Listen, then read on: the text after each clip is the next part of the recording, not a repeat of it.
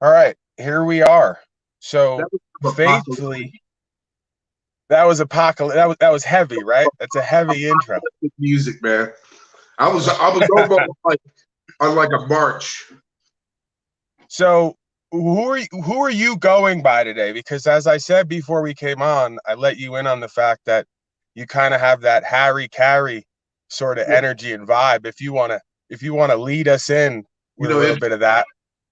you know, a nice a fact is I was actually born in Chicago. I don't know if it's maybe a feature in the water, the DNA of Chicagoans. I don't even know if Harry Carey was a Chicagoan. I just know that uh, when you think about Chicago and you want to catch a ball game, um, no offense to the Bears and the Bulls fans, everybody goes to Wrigley at least once or Comiskey. Old Comiskey's gone, new Comiskey Park, but it's a baseball city. It's Harry Carey. It's seventh inning stretch and maybe about 5 gin and tonics and about 15 beers later, he's ready to sing. He's ready to I mean, probably have a conversation about quantum physics and why they're still putting our food in plastic bags. That kind of a guy. So Hey, anything, are man. you wearing pants today, Rev? Like we can only see you from here up. Someone Yeah, says the new guru. that's the great thing about TV. You don't ever have to really unveil what you look like from the waist down. I'm wearing cargo shorts. I got my kicks on. I was gonna dress up, but then I thought, I know that you participate. So a shout out to my boy Wild Bill up at Deadwood Tobacco Company. He's crazy here in a bed bug, man. He's awesome though. He's got really good cigars if you're ever in the area. So yeah, So what do you think Steve's going to come on? If he comes on faithfully, he's supposed to be here. He yeah, is the other half. If you would call yourself maybe an MC, I think we have to find our flow and our positioning, right, but this right, is going to be like the pilot episode, if you will. So cool. faithfully, he will be joining us. What do you think he He will be will. saying when he gets in here if we can take bets on it? He'd probably be saying, "Rev, why haven't you answered your phone?" Maybe one of those questions right off the bat. But typically, when a day starts off for us around 3:30, 4 o'clock in the morning, I start going through emails, business stuff. We run a couple companies, and by about 5, 6 o'clock, I start getting a vibe that he's calling. Okay, and by he's calling, there'll be a 6'5", 305 pound, former NFL defensive lineman getting on here. I mean, he's a big dude, so he's even kind of big on the phone. And it looks like my head's really big on this. Yeah, how do you make your head look smaller? Do you do that, or I'm Nah, with nah, nah. You just got a you? big head, man. Got That's what big that head. is. Hey, wait till you Yeah, there's no big ball head trickery on over here. here. Yeah, he's gonna So tell me that hey, I got my ears lowered yesterday at a barber shop, and he's gonna sit and probably punt on my hair for about, I don't know, maybe 15 minutes. He'll be like, Rev, maybe just shave it all off because my forehead's now up here. So, So, so you work with the just to kind of give some background so that yeah, when we go forward, I can't go live on the new channel, but go right, ahead and go in the description. I never really tell folks what to do, but right. there's at least a solid 2 to 3 thousand of you. Couple haters who like to follow around. We want you over there too, right? Come on, Hold haters. our feet to the fire. But go in the description. Yeah, go in the description and look for that link and go over there and subscribe because this is where we're going to start doing this type of broadcast with the Rev who works with NFL players and Steve Martin who, as you said, is a 10-year NFL veteran and he has a lot of information when it comes to the legal lawful game.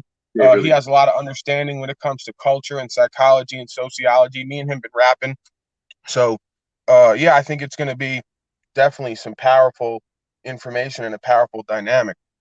Yeah. So, a little bit about me. I'm a reverend, uh, pastored churches for a number of years, well over 15. Uh, that's not really my bag. Okay, this is, and it's a road less traveled, if you will. I've known about what we're talking about for a long time, and different caveats. not only of sovereignty, not only of understanding constitutional law, but having a background just spiritually about some of the more esoteric, occultic things that kind of bombard us every day with signs and symbols that we not only see on television and in movies and in newspapers, but the fact that our radios and everything frequencies at 440 hertz versus 432, going down that line is this this, like I said, road less traveled, where I was in professional ministry. I coached collegiate football for a number of years, and was asked to be a chaplain for a professional football team, and actually was asked by several. So I've done that. I do a lot of spot work for guys filling in. Sometimes I just go speak.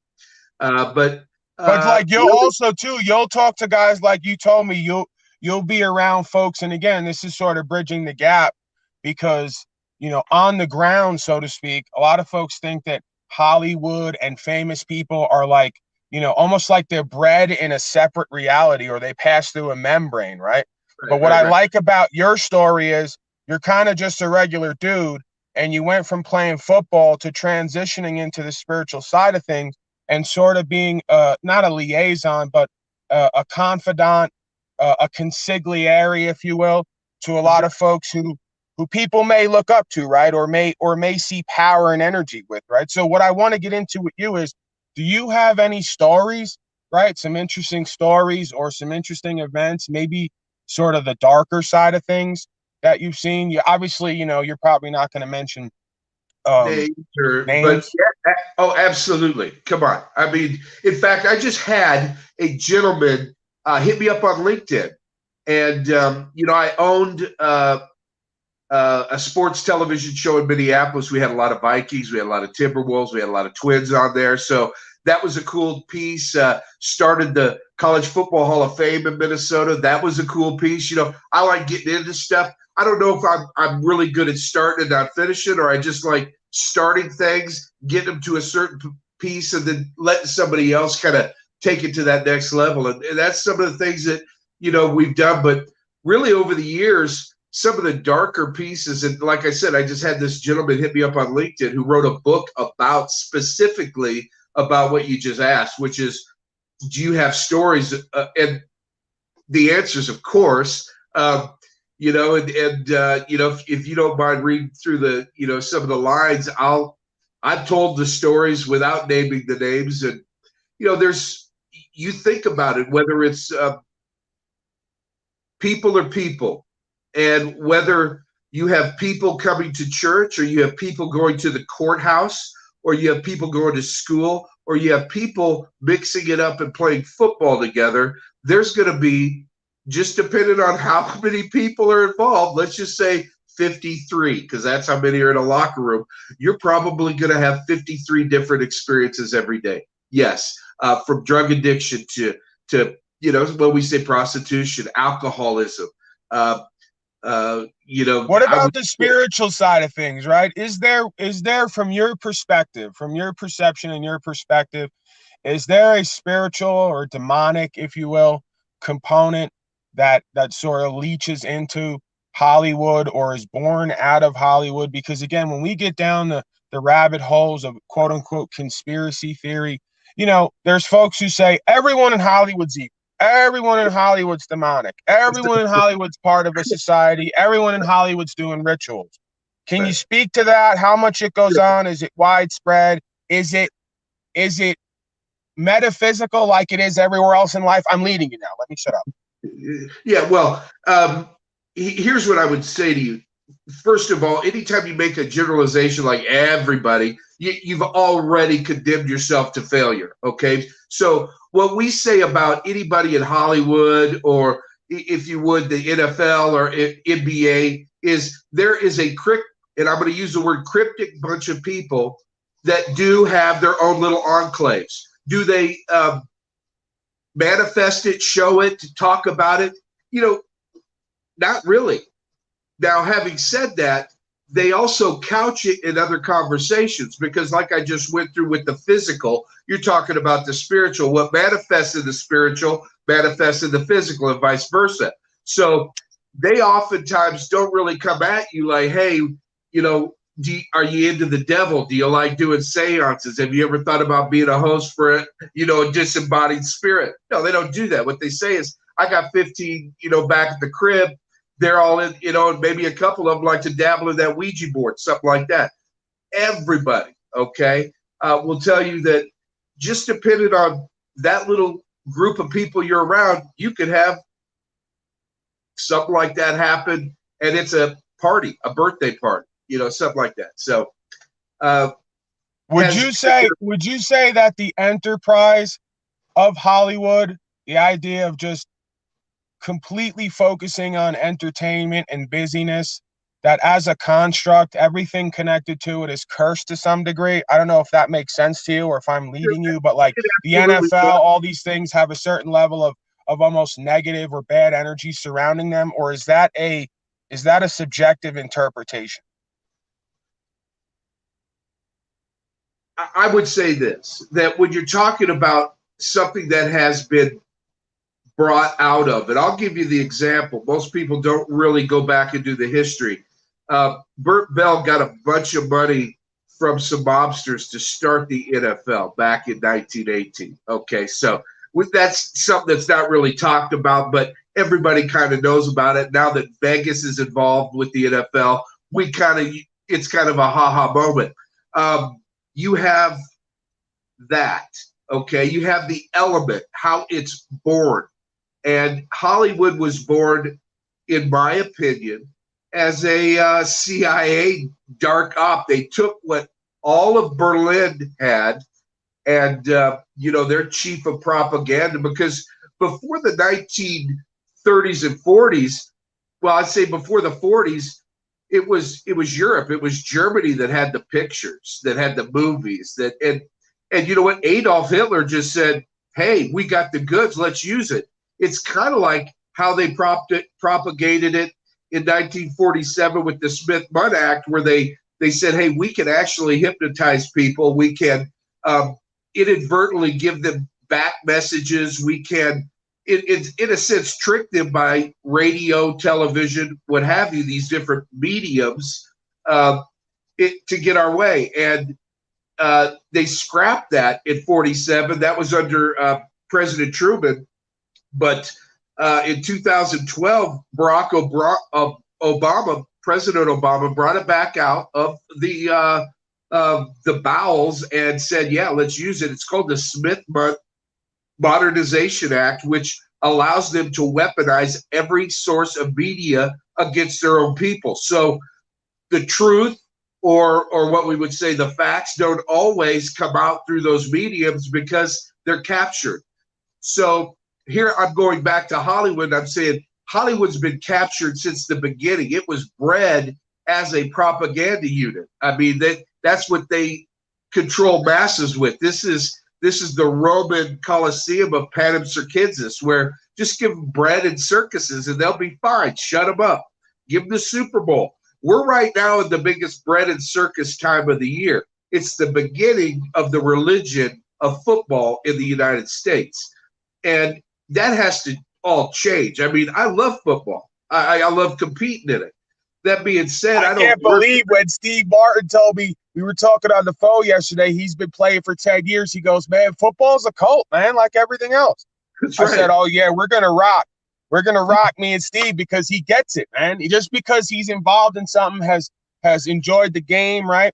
He's gotten a lot of notoriety and I guess fame and attention and all the things a lot of people say they want. But he hasn't seemed to sacrifice his mind and his soul, right? He hasn't seemed to give it over. Actually, far from it. He's come up against what seems to be an adversarial system to folks who want to speak their truth and the truth and not be coerced, right? That's what his walk seems to be, his voice. When you're talking about guys, it's individual, but, there are a lot of guys out there. I say a lot of guys. I know a lot of guys out there that speak half of what he speaks, okay? And he'll be popping on. He said at least I thought he said he was going to hop on here in a sec. The reality is there's a lot of guys that are stuck. I mean, I'll just break it down for you like this. When you know you're going to make $1 million this year, you're going to sign for $1 million. I should say it that way. But you know that you're only going to make about $400,000. Now, $400,000 after the tax man completely fleeces you, okay, you've now got 400 grand, but you also have a bunch of expenses, right? I mean, you've trained, you probably got a car or 5 you don't need. You just drive one at a time like the rest of us, unless you know, got some kind of middle capacity to drive 3 or 4 at a time. But the reality is these guys get caught up. They're like, man, how this isn't fair. I can't believe they're taking that much money. And a lot of guys. But then he talks about then too, them getting you into the same deal in every part of the world where they have you accepting titles and status and standing, and therefore being subject to their policies and codes, and them oftentimes just holding or taking a lot of the benefits or the value of what's created, right? And then deeming themselves to be administrators of the estate, like they do everywhere in life, it seems. That's our tacit compliance of just saying, hey, are you Paul? Do you understand? And as long as you say I understand, they got you. I mean, it's like game over, chessboard match. You've been captured, and that's what happens to us. And these guys, they're really good at it through their verbiage. They're what I call their witch language, which is which is which. The ability to change definition, I mean, almost in a millisecond. and then once you do have them kind of cornered, you know, I always look at the chessboard like black and white. Maybe it's a little part of my, you know, programming where I'm getting out of this Freemasonic kind of, you know, mindset where everything's either good or bad, white or black, yin or yang. And once they're a little bit, let's say, cornered on the board, they switch jurisdictions. And that was something we were going to talk about, where we've been in the middle of a few battles over the last 3.5 years together, working on some things, not only for sovereignty, but for trust management, you know, bonds and liens, etc. And that has come at a great loss of time for both of us, sometimes a big headache. But what we've learned is that the moment that you feel like you're through, they'll throw you into another jurisdiction. And everything has to be, for them, it feels like it has to be absolutely perfect. And for us,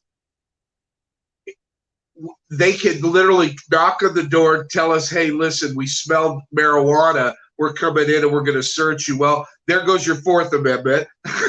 I mean, they're probably not going to let you just talk through this and say, well, I'm waiting for my lawyer. So your first is probably already subjugated to anything you have, do, or say will be held against you. So that's something.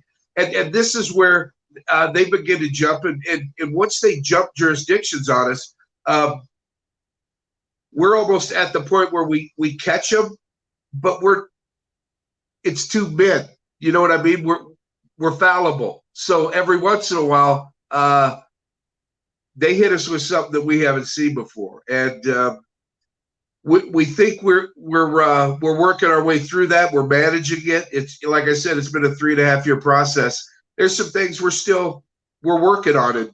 I know Steve's not on here, so I don't feel at liberty to speak for him or about him on some of the situation. But Paul, I got to tell you, as soon as they're cornered, and I say the big they, government, they switch into jurisdictions, and it's something that I've watched. And you know, when people talk about jurisdictions, you know, we've got federal, we've got state, we've got local magistrates, we've got UCC code. But this is why a lot of the time I believe we can't argue with them. We can't intercourse with them. They're in an agency capacity, which means they're corporate, which means they're dead on a certain level. I don't argue with dead men and women, right? I park myself in the jurisdiction. Jurisdiction is Latin for say the law. I park myself in a jurisdiction that secures my rights and freedoms based on definition, meaning, and purpose. So I decide if I'm going to park myself in a local jurisdiction, in a state jurisdiction, in a federal jurisdiction with my paperwork, right? My claims and my presentments. They cannot move me from the jurisdiction that I've parked myself in because I know who and what I am and what I'm not, and I know what I'm doing when I'm doing it. And I'm not arguing with folks and interacting with folks who, like you say, are speaking with a forked tongue, right? They're duplicitous, and they want to get you into contract and into jurisdiction to say the law using their words and terms and getting you to accept or even just to argue, right? That's right. What do I need to argue what you have to say? That's you know what I we're mean? that I'm glad you brought up contract, Paul.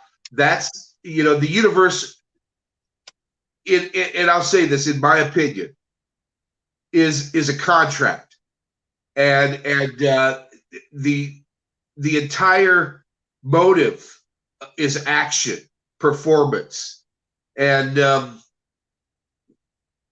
what we have found is that there are a number of jurisdictions, and one of them that precedes the Constitution is the military.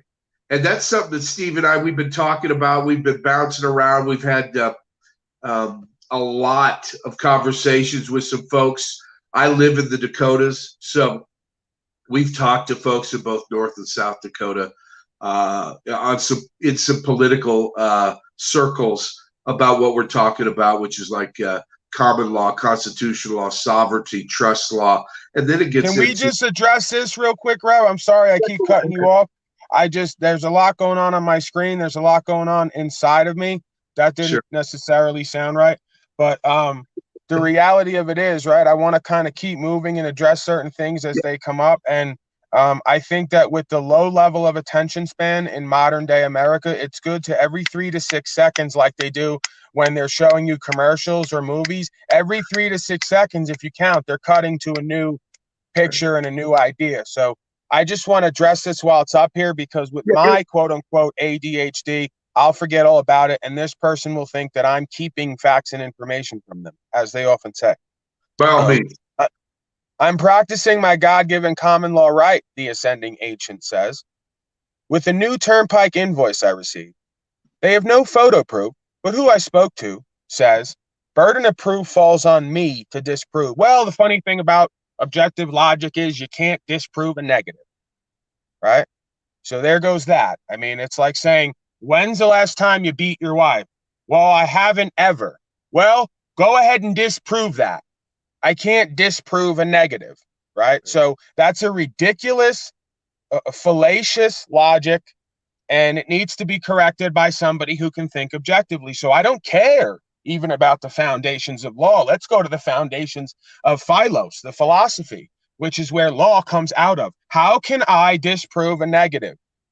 It's not possible, right? So the burden of proof falls on the claim maker. Well, these folks don't make claims because they're in a corporate capacity, so they make complaints, right? So the burden of proof, whether you want to step into one side or the other, is still on the person making the claim or the complaint. It's called innocent until proven guilty. It's one of the foundational principles of the law of this land. So I'm not interested in what some corporate Walmart worker essentially has to say to you with no objective logic, seeing what you'll put up with. They're trying to pimp you, right? Again, we're back to P.I.M.P. That's the new channel. Go in the description, join the channel, because we're going to be moving over there because we need to replicate and emulate, because Shaitan comes up against us at certain times. And more importantly, we need to expand and grow and have different avenues of communication. So with that said, right, I'm not going to let some Walmart corporate worker, low level thinker, or just someone who's deceptive, who knows better, but is going to try to use some kind of deception to pimp me out of my position. I know who and what I am and what I'm not. I understand words and terms and conceptualizations. I understand philosophy. I understand the foundations of law. You can't do it with me. Can't do it with me and make it look good. See, with you, they're going to tell you something and you're going to go, well, I don't know.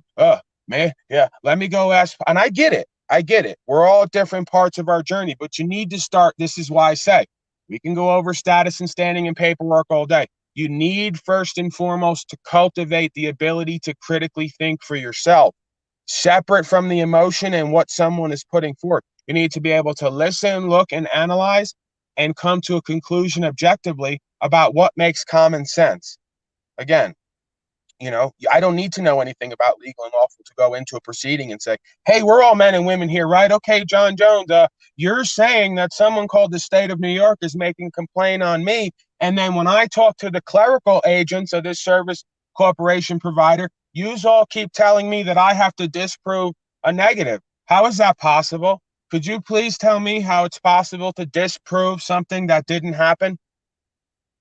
And everyone's just going to sit there and they're either going to laugh, they're going to put their head down, or they're going to start getting nervous, or they're going to give you some double talk, right?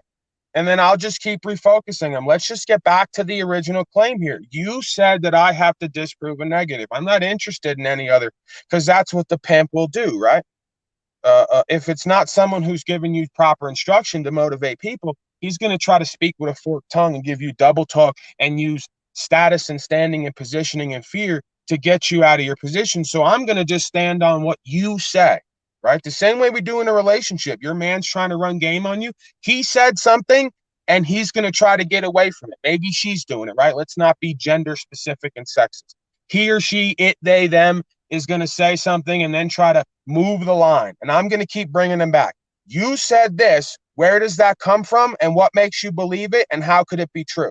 Until you answer for that, we're not going any further, because you've already shown yourself to be bad faith, dishonorable, and low-level consciousness, right? So we cannot do business here today. We cannot co-create until we establish certain things. I don't care, like I said, if it's a relationship or a court proceeding, it's all the same idea. Your thoughts, Rob? I didn't mean to go on an insane ramble right there.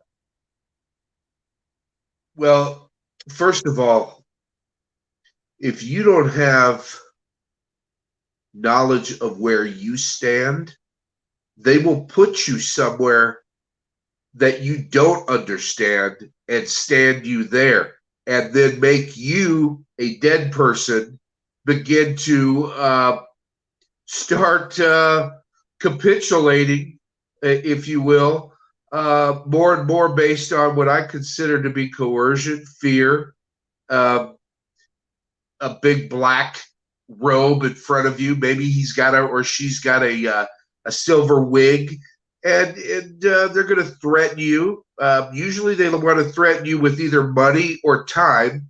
They'll either A, fine you or throw you in jail. Okay. Those are for people that fear that. That's what I'll say about that. I like think Artie's corporate fiction, right, Rev? Because That's Artie's corporate fiction is here every single day, and he says that I'm full of it, and I'm just a sovereign citizen conspiracy theorist. But I've yet to see Artie's corporate fiction join the link and come on up here and explain to you and I where he believes that public servants get the delegation of authority to put me in a position, whereas he says they're going to laugh at me and tell me to answer their questions, right? So I'm in a submissive position right off the bat, right? How does that happen? So Well, I'm going to put the link. British Accreditation Registry, which is apparently Artie's position, that maybe you haven't been born into, or you're not entitled to your position in court based on circumstance or position or whatever, livelihood. Well, because he's a slave. He's a slave in his mind and heart. Let's get right down to it and see, like I said the other day, I don't really let the dog off the leash until you start showing up every day, running your nonsense and trying to play me. Then we can just play the game, right? I don't mind, because I have no hate in my heart, but let's play the ego game, right? You're here every day. You're making claims. You make videos about me. I'm pretty sure Artie's corporate fiction and these other folks are a group of folks who all they do all day is take my videos and laugh at me with other folks. Oh, look at Paul Enslaved. He's unhinged. He's crazy. Let's laugh at him and go over to his channel and point fingers. I don't mind it. Just come on up, big boy, and speak for yourself and stop typing like a secretary in the chat. That's all I ask for. And substantiate to me how you believe that public servants as titled under the UCC Uniform Commercial Code, Right. which has been accepted as law in every state, not every land, in every state, the state of mind that Artie and the rest of these mind control victims live in. They live in a state of mind, a corporate capacity, where the state of Arizona is something you can be in, right? Because again, they don't think there's any difference between in and on, because they're not very bright people, right? They don't really understand the concept of the devil's in the details, right? So Right. they're just kind of mumbling, stumbling along in life, not really knowing who they are and what they're doing. They pretty much just stay out of problems and trouble by submitting to everybody who has a little bit more strength and power to them, right? It's called a coward. It's called a slave. It's called a good little citizen. It's right? easier. So come on up, Artie. We're in the court of the unslaved. We started off with love of the game. Steve is not here. Someone just came in. Is it Steve? Steve is here now. You speak of an angel, and he appears. So the biggest angel I think I'm ever gonna see, man. Man, you ever come in my room, Angel? You'd be scaring me. I have to grab something, maybe stick you out of there. What's up, Angel? What's up? What's going on, Stevie boy? I didn't mean to start without you, man. I hope you're not upset with me. Me and the Rev had a rap a little bit. We gave you a glowing review, though. We talked about you and your walk and your I did. The Rev said he didn't want to speak about you, but you know me. I'm rude. I'm out there. And after we talked the other day when I was in Slave Mart, you got me fired up, man. I said, oh, this dude's got it. He's on the path. He's ready to die, go to jail. I'm not going to say kill, because you seem like a very loving man, but you seem like you're ready to die or go to jail for what you know to be true. And that's what we're all about.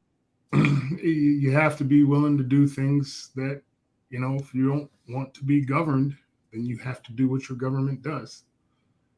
So when you step out on your own self-governance, you have to defend yourself. You have to protect your interests, and you have to be willing to sacrifice in order to do what you have to do. So government always rocks us to sleep, because they take care of our military for us. They take care of our policing for us.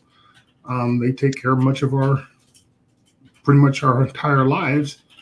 And the thing is, you're supposed to do is just go to sleep and let them wake you up at 9 and put you to bed at 5. And then every now and then they fleece you, and you just have to take it. So when you start waking up and knowing that you're the one that can do all of those things for yourself, that independence, it has a cost. It's not cheap. So that's kind of my summary of it.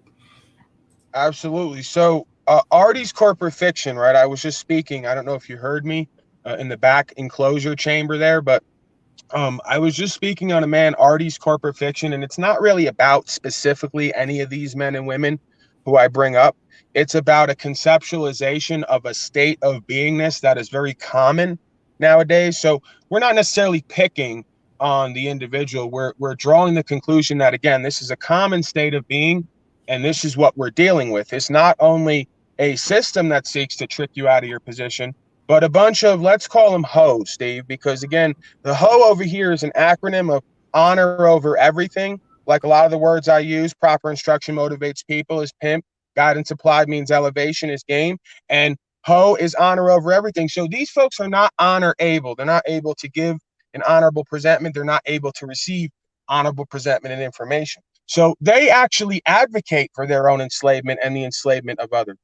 What do you think about that, Steve? Someone who says that when we go into court, we should just answer their questions, because if not, if we start taking our power back, stop giving it away, and start saying public servants are subservient to men and women of the people, and that they're here to facts of the matter, and not to push forward a case where they generate revenue off of us with fraudulent paperwork. What would you say about someone like that? And am I giving too much time to this? Maybe you got to get me right, Steve. Maybe I'm. Well, again, it's about accepting where people are, and when we start accepting where people are, we've all been programmed in this. So it's not that people want to be the hoe; they just are conditioned to be.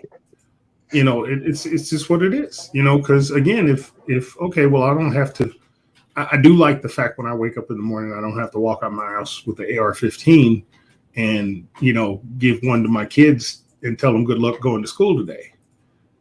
So those are, pluses that we do have that is what they're selling us, that, hey, we're doing this for you, so you don't have to do it yourself. But for people who go into court just wanting to say, hey, if you just tell the truth, you'll be okay. You just don't understand what they're doing. You don't understand that they're manipulating commerce, and they manipulate your being, which then manipulates commerce, because if you change people's standing, then you change how they operate in commerce.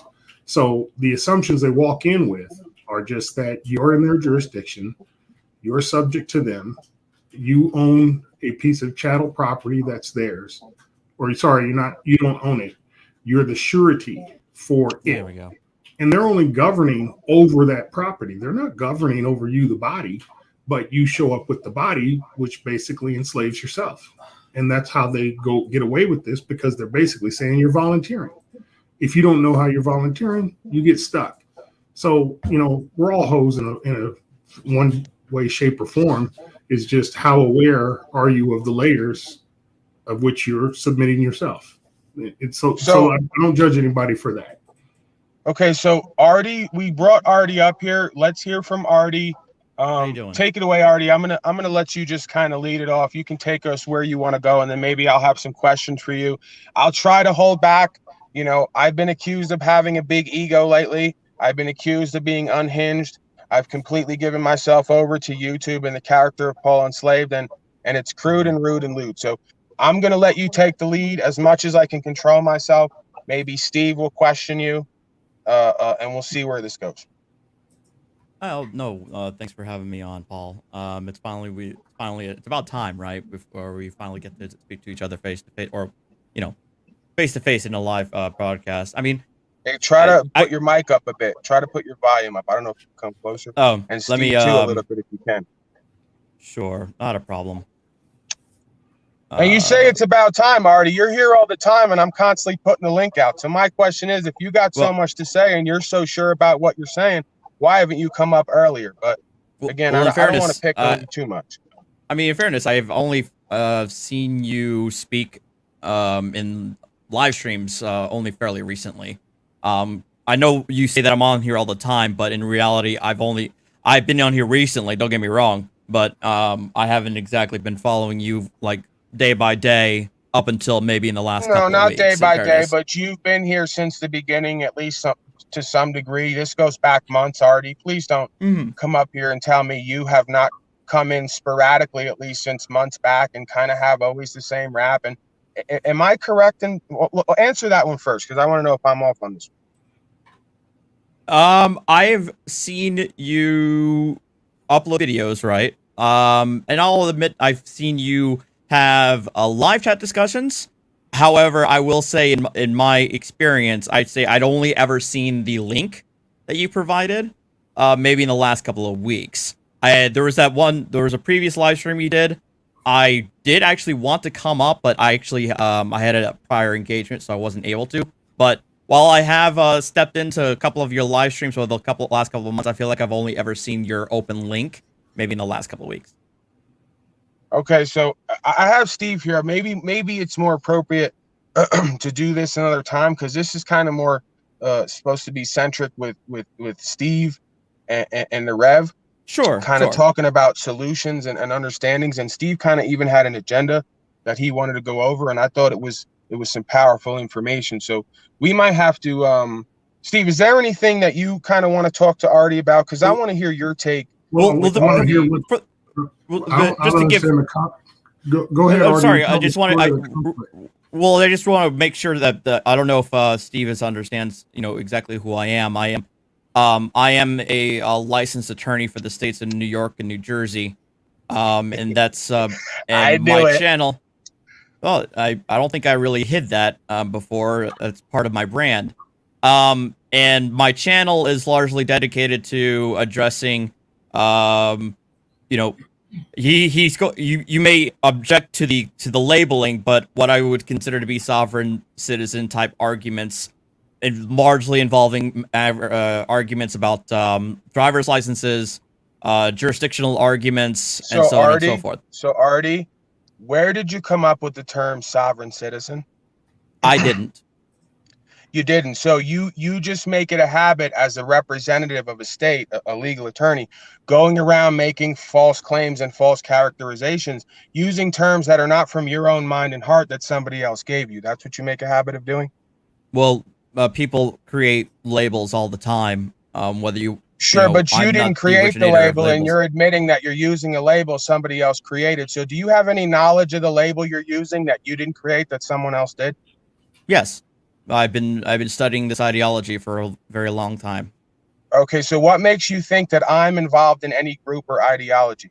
That is not that is not commensurate with the foundational principles of law in this land. Uh, Based upon the arguments that you put forth in a lot of your videos, and a lot of your arguments that you say you would put forth in front of a judge. They are commensurate with other individuals who have, back in the late 1960s, identified themselves as sovereign citizens. And so Okay, so from if I there, have not identified myself as a sovereign citizen, then how could you identify me as one based on the characteristics of what someone else did 50 years ago? Wouldn't that be wouldn't that be kind of bad faith and misleading when I specifically say I am not a sovereign citizen and the term sovereign citizen is an oxymoron and anyone who put it forth to begin with is a moron? I only use it as a catch-all term. If you have a problem with the term sovereign citizen, I can stop saying that, if that makes you feel better. Well, Well, and well, I again, I'm think going to let my Steve. interest is what is your stance on this the tagline that you're referring to?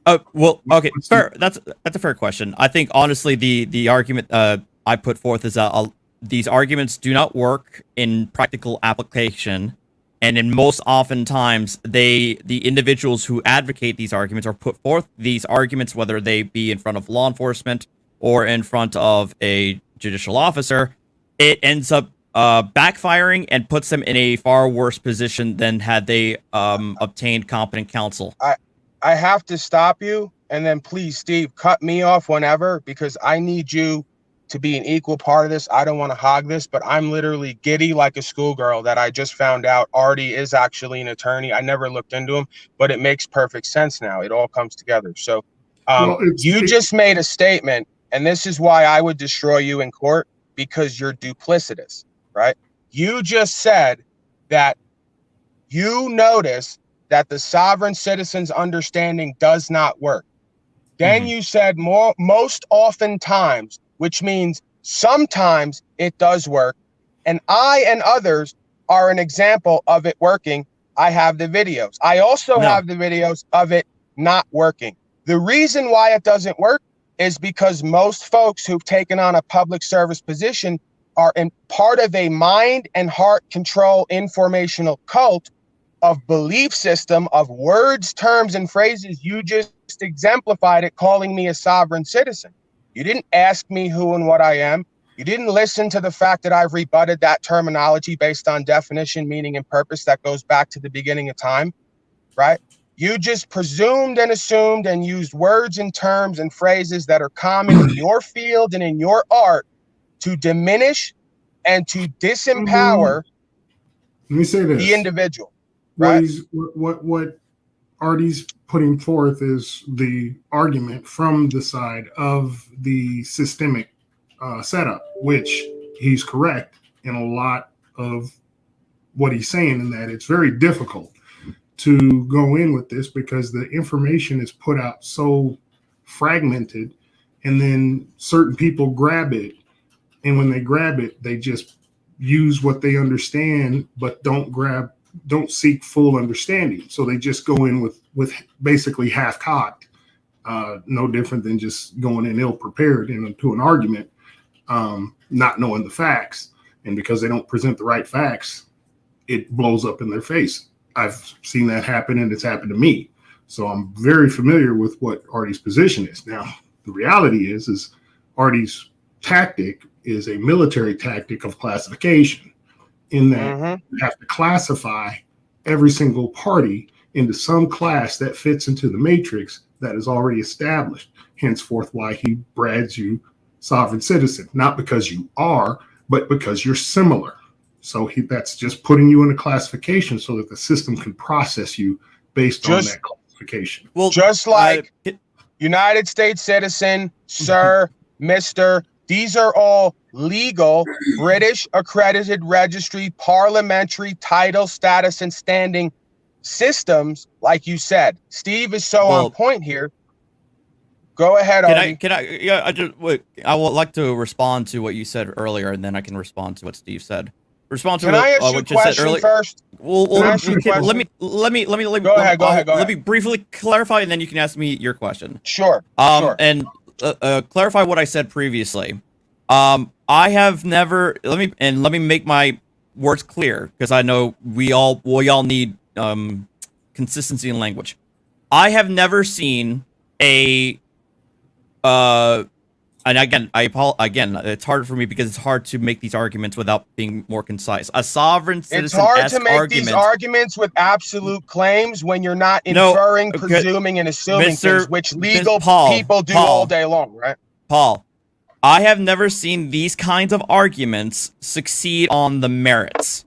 You've seen me on the side of the road move my property without license, registration, insurance, and plates. I have a stack of people who've done the same. I have a stack of people. So you're right, Steve. Keep me in line, Steve.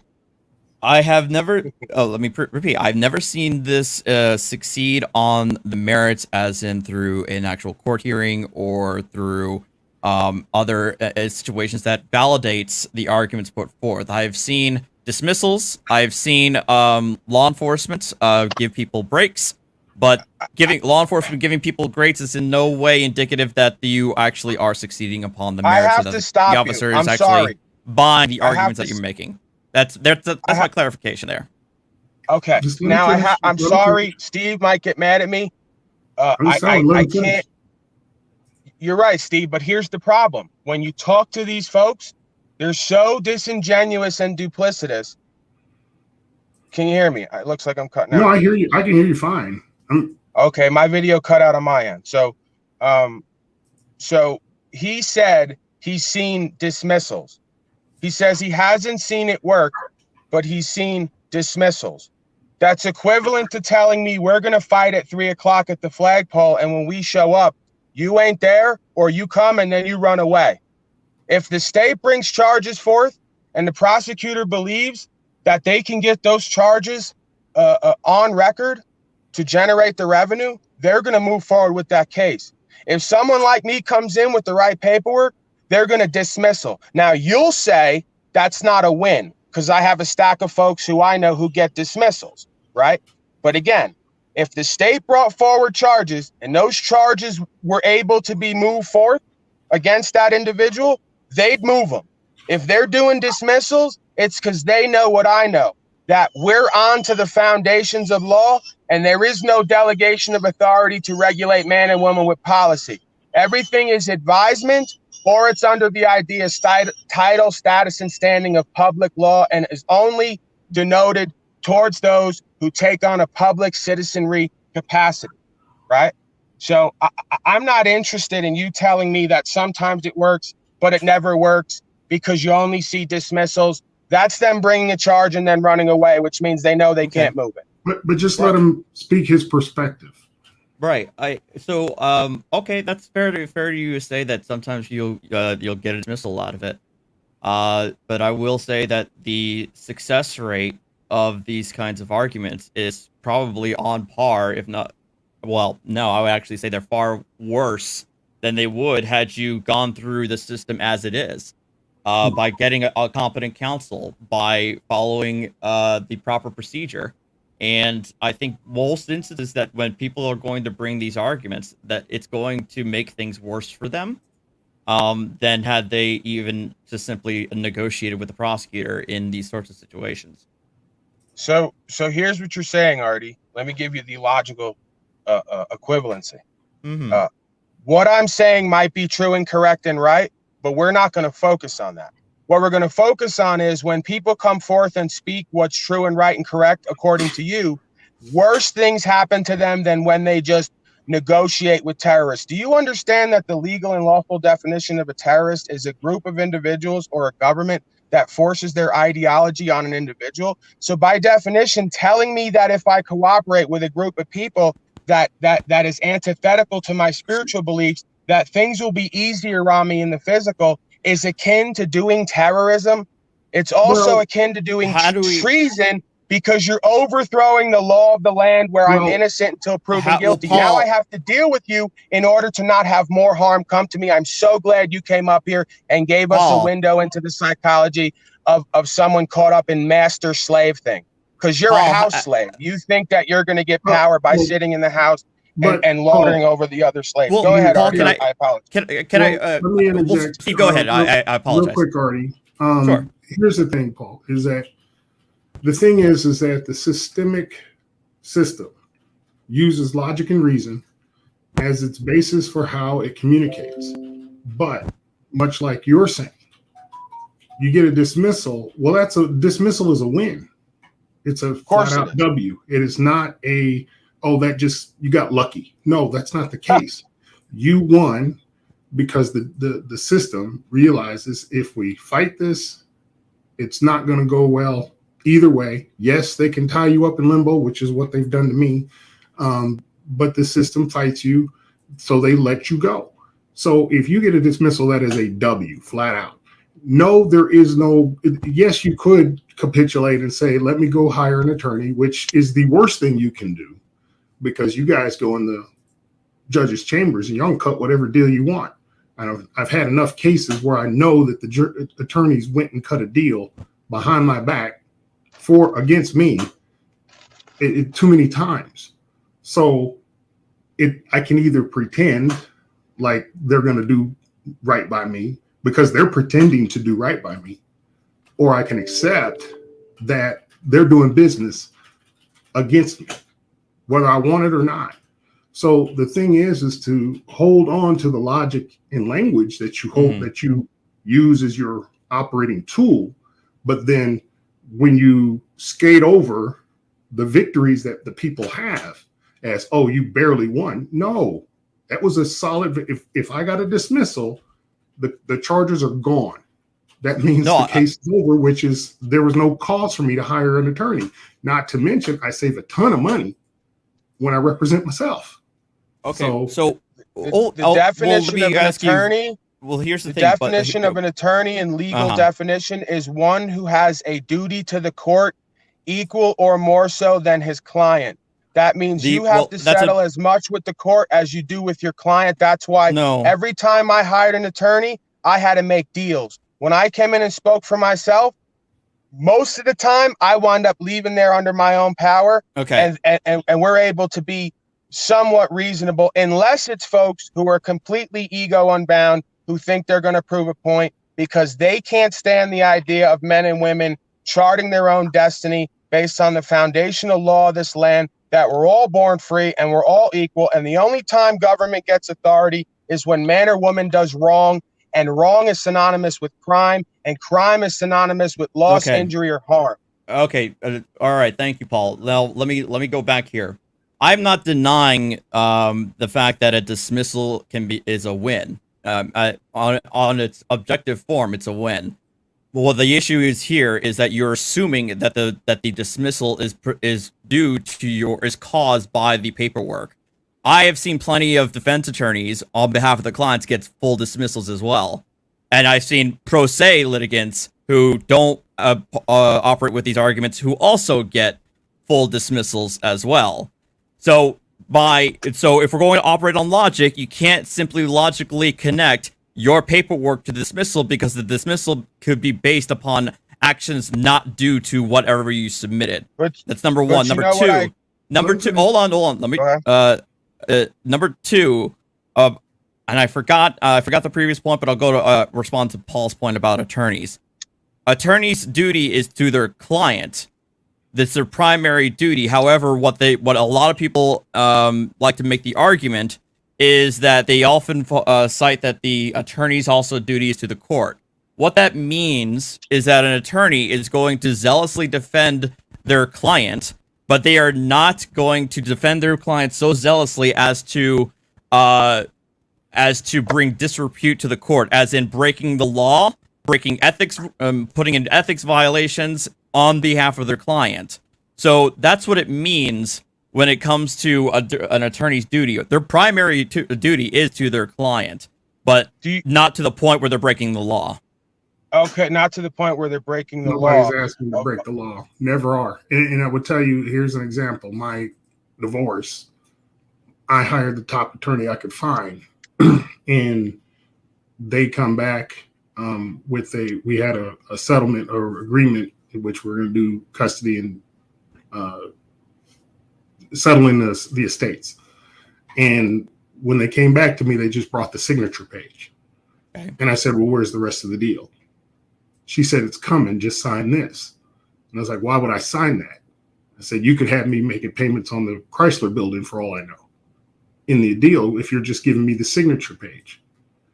And it was a tactic, because if I signed that document, then they could have threw over whatever on the terms and conditions, and I would have committed myself to it. Mm-hmm. So that's the attorney making a play on me in my ignorance of what it is to do the law. I knew I wasn't going to sign the signature page without the document, so I didn't sign it. Guess what? When the document came over, it wasn't the terms and conditions I had agreed to. So the reality is that, to me, and it was clear to me that my attorney cut a deal with her attorney, and they made a deal without me. So my point is that there's an obligation you guys have to the Bar Association before you have an obligation to us. So because you represent the Bar Association and your membership is more important than representing us. Well, here's the thing, Stephen. I'm going to shock you with this one, Stephen. I'm not a member of any Bar Association. Okay. I'm going because I keep seeing this, the whole British Accredited Registry thing. It's not an acronym. A bar association is simply a representative of an association for attorneys. I am licensed by the states of New York and New Jersey. My license is controlled or governed by the respective judiciaries of those states, not by any private association. I am under no obligation to be a member of any still doing commerce. I'm not. Let me finish. I'm not a member of any private association to which I swear fealty to. When I took my oath back in 2010, 2011, I swore an oath to the New York and New Jersey state constitutions and the federal constitution. I swore no loyalty oath to the crown, to a private association, nothing. And I want to make sure that you guys are clear about that. Okay. That's fine. And you don't have to be. The thing is that the lion's share of the people in your organization are. And that's where the deals get cut. Not necessarily with the individual attorney, but with the judges, with the clerks, with the people that run the stuff in the background. I'm not talking about British Registry because I don't know that for a fact. Now, I've seen it. I'm not going to say yes or no. I just go neutral because until I get conclusive evidence as to what that is, I just yield and say maybe it is, maybe it's not. I don't know. But I do know from my own experience on how attorneys have done with me, clearly they cut deals without me. I need to get bad in here. Attorneys exist, just like in every profession. I need to get in here for a second. The state of, this is the problem with duplicitous language. The all caps state of is a corporation with a principle. I'm not going to argue it. You want to say bar doesn't stand for British Accredited Registry? No, I agree with you. No, it is correct. And I'm not going to. No, it's not. No, it's not correct. Let me finish. I let you speak. There are plenty of court opinions that debunk the argument that I let you speak. Already let him finish. I let you speak.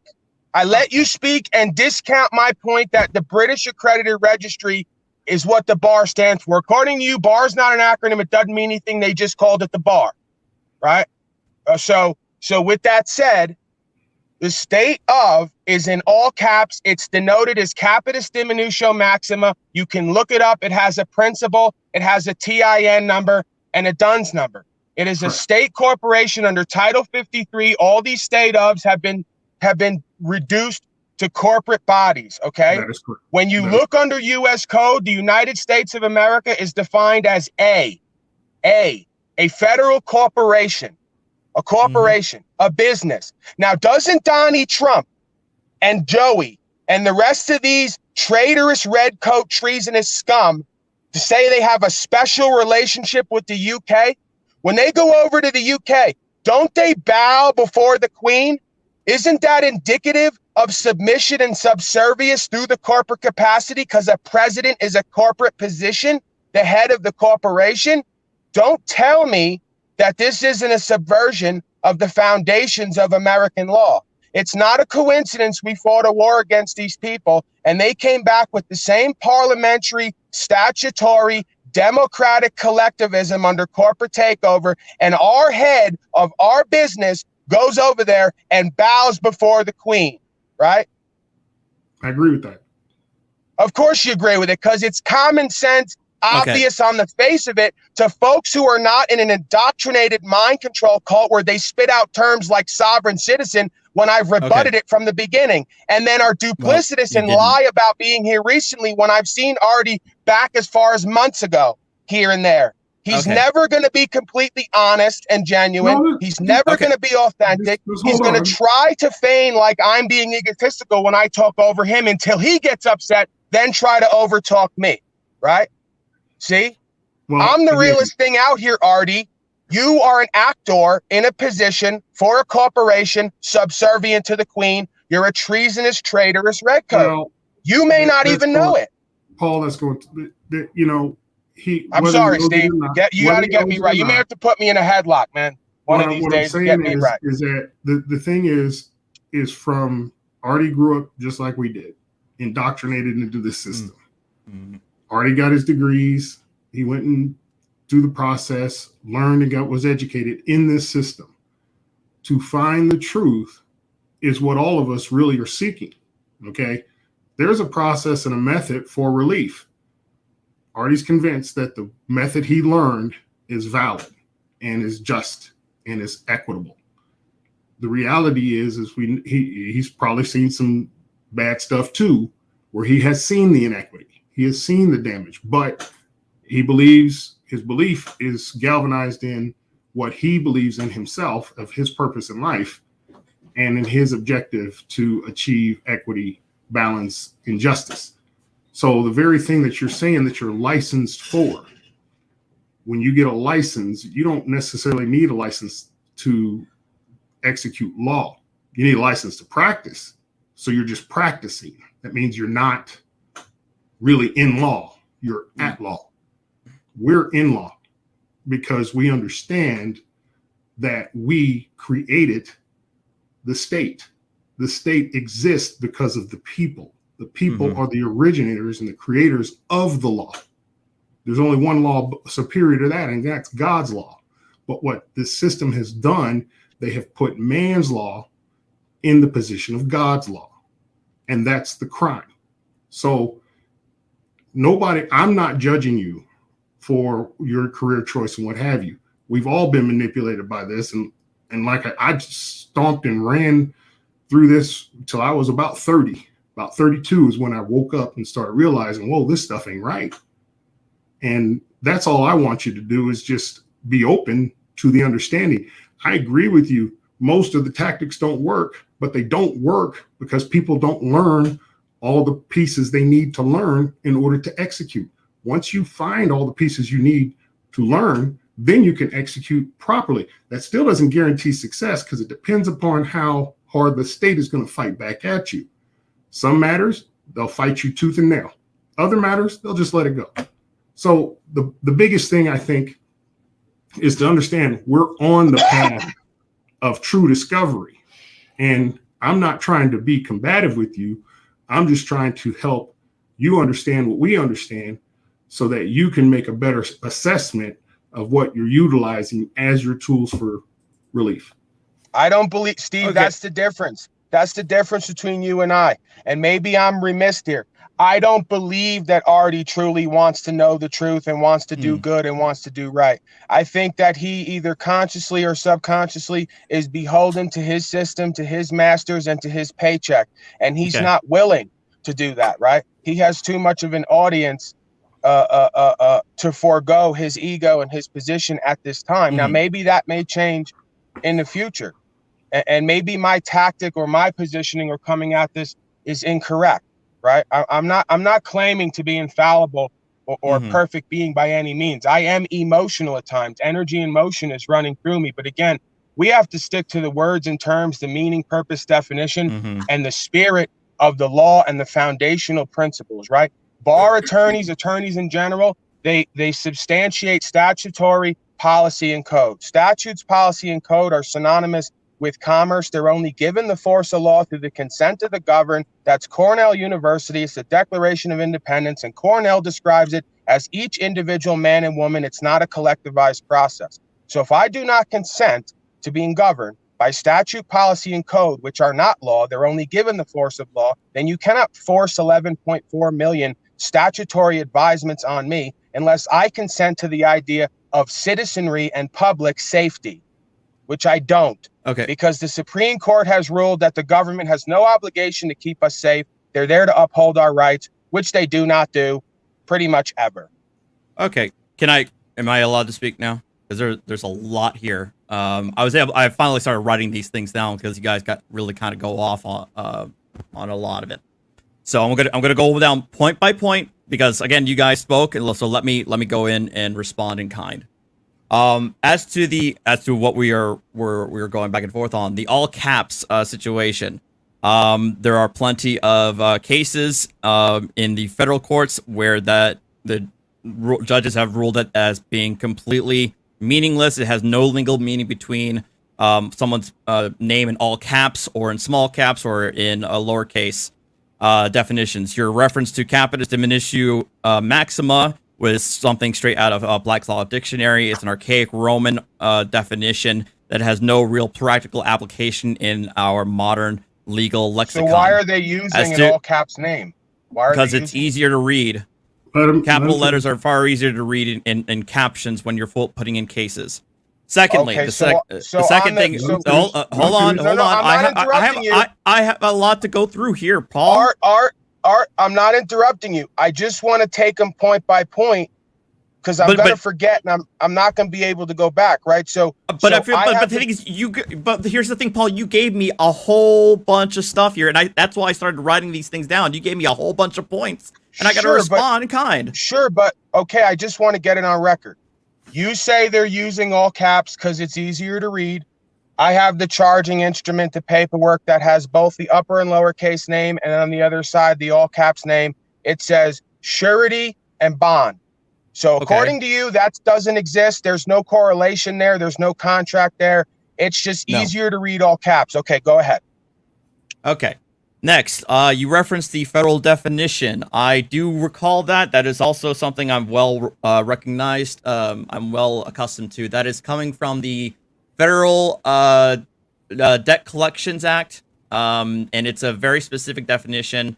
I honestly should know by hand. That is in reference to legal proceedings where the federal government is trying to collect a debt, and that is the only instance where where it says that for the purposes of this chapter, for the purposes of this title, the United States is defined as, among other things, a federal corporation. That does not make the entirety of the United States a corporation or as though it's a private association or a private company.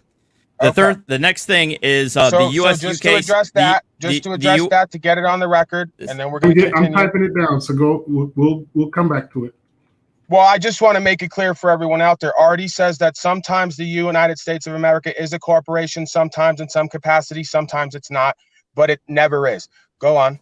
It is not. You're correct. It is not. It says specifically there in the statute that you're citing for the purposes of this section or the purposes of this title.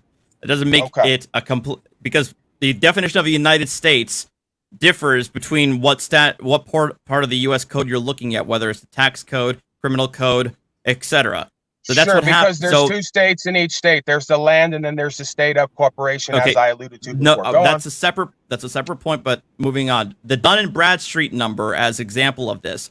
If you go to Dun & Bradstreet's website, they specifically delineate the difference between a corporation and a government.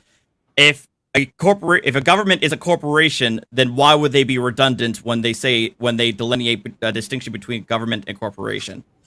the reason why many of the governments have a Dun & Bradstreet number is because governments, like companies, borrow money, and many of them have credit ratings. We have to deal with that here in New Jersey a lot, where the credit rating of New Jersey is in a complete trash heap because it doesn't know how to spend and save money. The next one, again, apparently, the U.S.-UK special relationship, that is something that's been long attested to. The United States and UK generally started to become more allies in around the World War I, after the Revolutionary War, to the point where the U.S. and the UK have had a fairly strong allyship with each other, notwithstanding the creation of the United States through the American Revolution.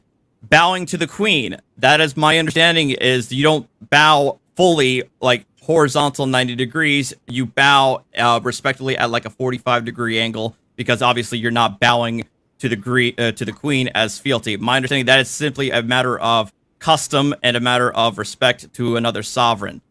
But moving on, the idea of practice. How could, before we move on, how could a president of a corporation be showing equal reverence to another sovereign when the president is not a sovereign? He is a representative of man and woman. He's the head of state, and the United States is a sovereign entity. They're both sovereigns. A president, a vice president, a treasurer, and all the rest are corporate positions. You're confusing the land of the United States, which, as you call it, sometimes maybe it is a corporation.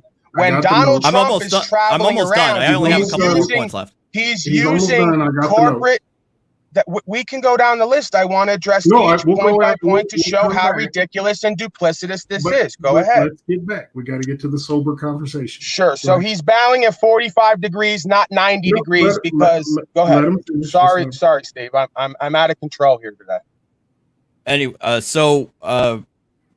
the nomenclature and the creation of the different forms of cabinet, yes, they have similarities to what we would consider to be a corporate board. Treasurer, secretary, and so on. But at the same time, we also have a secretary of defense. We also have other cabinet members that go well beyond what we would consider to be a corporate body.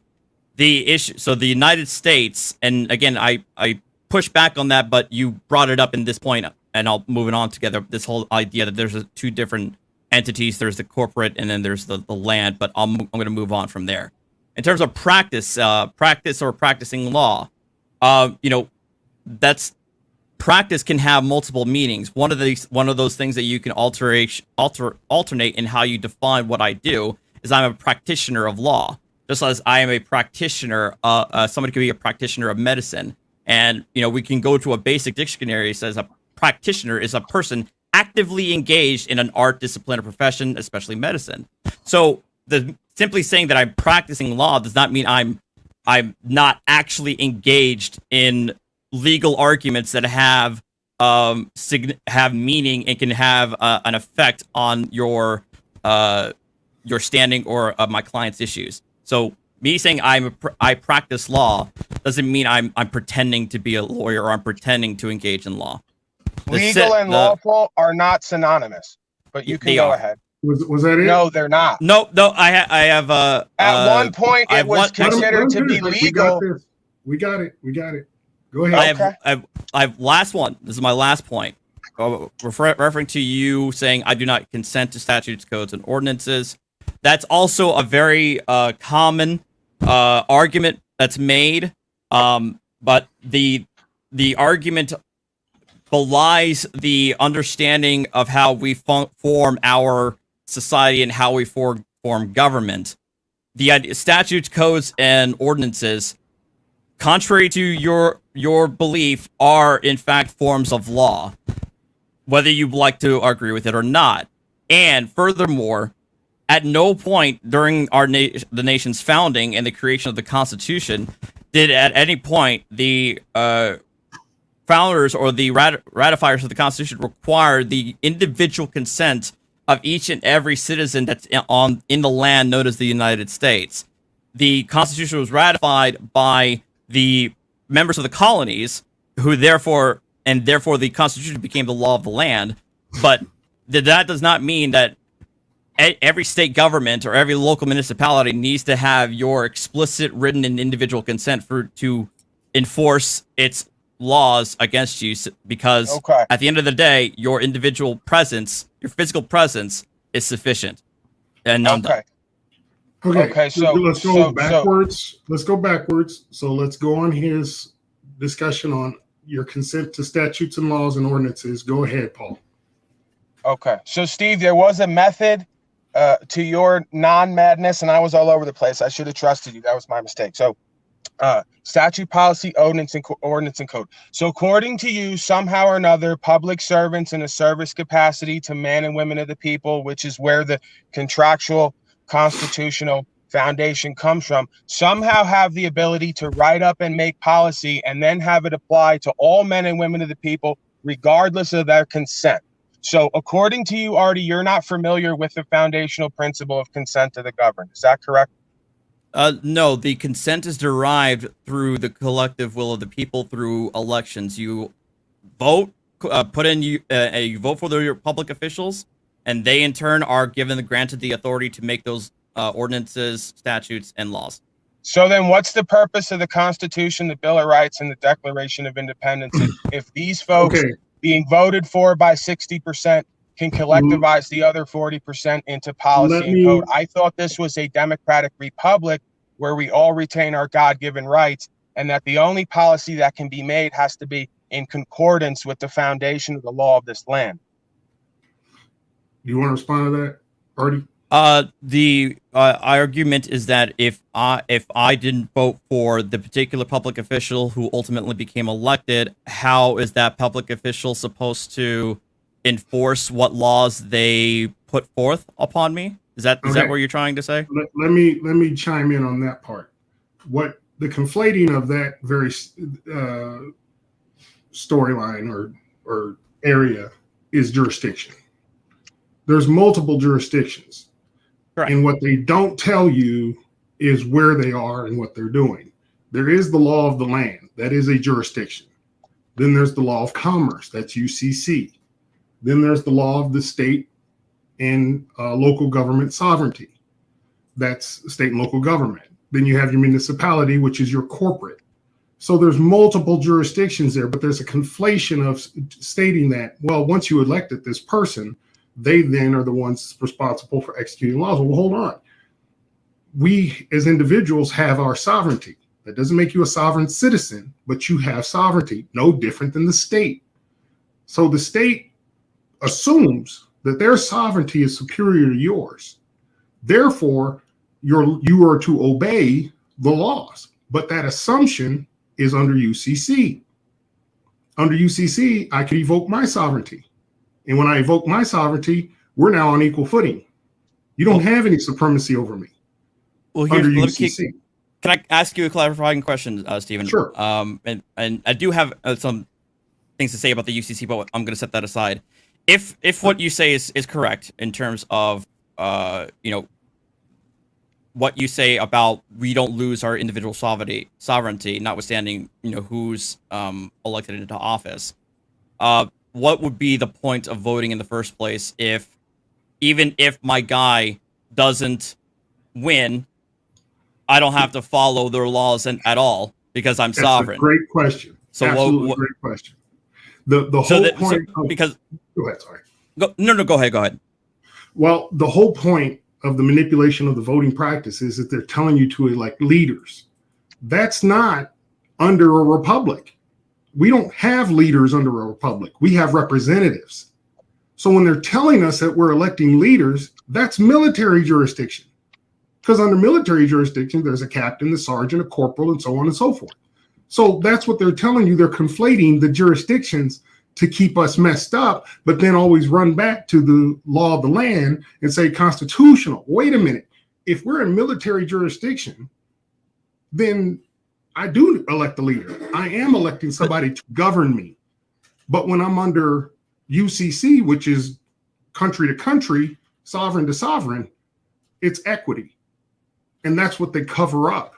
So this is the misnomers that they put in place to keep the people confused so that when you say, hey, I got constitutional rights, Well, yeah, you do, but because you elected so and so, they're the ones over you. No, not unless I let it. No, well, I'm not saying that, but the problem I'm having here is you assume that the premise of voting is only for electing leaders. You vote for council members, you vote for House of Representatives, you vote for senators, you vote for both legislatures and for people on the executive branch. So it's not as if you're only voting for quote unquote leaders. Okay, now let's talk about that. Again, this is terms, Paul. So when you say leaders, that is not constitutional jurisdiction. When you say leaders, that is military jurisdiction. So let's make that clear. What is a member of the executive branch? The federal government is no different than a homeowners association. When you elect your homeowners association, what do? They take care of the common grounds, the swimming pool in the neighborhood, and the beautification of the roads. They don't really do a whole lot. When I don't cut my grass, the HOA comes by and says, yo, you need to cut your grass. They can't make me cut my grass. It's my grass. I can cut it when I want to. But ultimately, our federal government is a HOA. That's what it's supposed to be. But what it has turned into is a military government. And they cover and control us and manipulate us into believing that they are representing us, which they don't. They only represent the military interest and the corporate interest that they put together. So we have to wake up as people to understand that they're conflating the jurisdictions, taking away our authority over ourselves, and governing us in commerce. And that's the gross manipulation. Well, I would say the foundation of this land is for the people, by the people, of the people. Mm-hmm. If we're all created equal, and then you step down from the people into a service position, where did you get more rights and abilities than the men and women of the people who you serve? See, on your pyramid, the people are below government. On my pyramid, the people are above government. Because again, government is an agency. It has agents. It's a corporate capacity. It's a public service denotation. Paul, if the people are above government, how does government have the ability to enforce law? Through a delegation of authority and through consent of the governed. You might want to go. You say consent of, but what if I individually do not consent to whatever law they're trying to enforce upon me? We go back, we step away, as Steve said, from the military tribunal, parliamentary, collectivist, corporate capacity, and we step back into the common law capacity. Did he cause any loss, injury, or harm? Is there any reasonable, articulable suspicion that any loss, injury, or harm or a crime was about to take place? Violating legal policy is not synonymous with a crime. And you saying where do you get that distinction? Don't cut me off because I'm telling you where I get it. Okay. Don't do to me what you don't want done to you. I just let you all talk for 5 or however many minutes. In my ADD world, it felt like forever. So what I'm saying to you is telling me that a definition has been this way since the beginning of time means it's not valid. And then going to the most recent articulation of a group of men as something that is valid is folly to me. I will always go back to the ancient definitions that have been one way and one meaning since the beginning of time. You and folks like you want to conflate words and terms, meaning, purpose, definition, and the spirit of the law, and you want to equate it to legal policy and procedure. They're not the same, just like a mandate. A mandate under Roman civil law, which means nothing to Artie, is a request. But in your world, a mandate can be forced at the barrel of a gun. Which makes more sense? That the public servants and the ones representing of the people, by the people, for the people are requesting everyone to do something for their own safety, or they're going to tell you to do it. Your servants are going to tell you what to do in your own house at the barrel of a gun and agent. Which makes more sense, Artie? The latter, because when you're talking about mandates, right? You're talking about mandates are what we would consider a mandate. I think of it in the political sense. for example, Joe Biden. Why do you think of it anyway? Why are we not going to a source of static words and terms and definitions? Because Where do you I'm get actually your going, source for definition? Let him finish. I get my source through both legal and also the common layman's understanding of what we would consider to be a mandate. When I think of mandate, I think of a mandate used in the context of, Joe Biden was elected in 2020, and therefore the people granted him a mandate to fight climate change, or some other bullshit statement like that. That's how I understand. A mandate doesn't mean that Joe Biden grant him a mandate when they all didn't accept that he should be fighting the climate. You're not really allowing me to explain myself. I learned my lesson. It's completely nonsensical and illogical. Okay. I'm sorry. I'm weird like that. Go on. I know it's hard for you to understand. Let me break it down for you. The idea is that a mandate. I look at mandate in a political sense. That doesn't mean that Joe Biden is required to do anything on climate change. However, he's been granted that understanding by the people to do something. But what you're conflating is something between a mandate and something that's mandatory. Mandatory is something that is an actual requirement, saying you are, a mask is mandatory to enter into this building. That is what's considered to be a requirement. And in any definition that you can look up, if you look up the definition of mandatory, you'll see that it's a requirement and not a request. How can the government, according to you, public service corporations, force the men and women who they serve to do anything that is against their foundational principles and religious and spiritual beliefs? How can they do that? Through the powers granted to them through their respective constitutions, through the will of the voters who put these individuals in office. The best way for the people to counteract what they believe to be as an overreach by the public officials is through the ballot box by voting them out of office. Okay, so according to you, we vote people in order. We vote people in who kill, steal, and destroy. And when they continue to kill, steal, and destroy, we continue voting in hopes that maybe someday our servants and representatives will uphold our rights in the law, instead of conflating that with policy and procedure and using 12 million statutes to completely disempower, degrade, and impoverish many folks, right? Because again, in your world, men and women can be forced into taxation, whether it's 20, 30, 40, 50, 60, 80%. It's an arbitrary number. They sit around, they make it up, and it has the force of law. We have to pay it, right? Doesn't matter if we all go broke. Doesn't matter if the country's destroyed in the process, as you say, by representatives who can't manage money and are corrupt. So let's just continue to do that process instead of allow the power, as it says in the foundational principles, to transfer back to the people when the ends of the government become corrupt to the means of how we got there, right? Well, if you're advocating a wholesale rejection of the current system, then by all means go for it. I just want to say I'm not advocating a wholesale rejection. I'm saying stop causing loss, injury, and harm to men and women who are not causing loss, injury, and harm. You being an agent or a member of the government does not make you someone doing right. It makes you even more of a wrongdoer because you're using a system to do harm to people, right? So you're a wrongdoer and you're engaged in a wrongdoing, and I'm going to shut up. I'm going to shut up.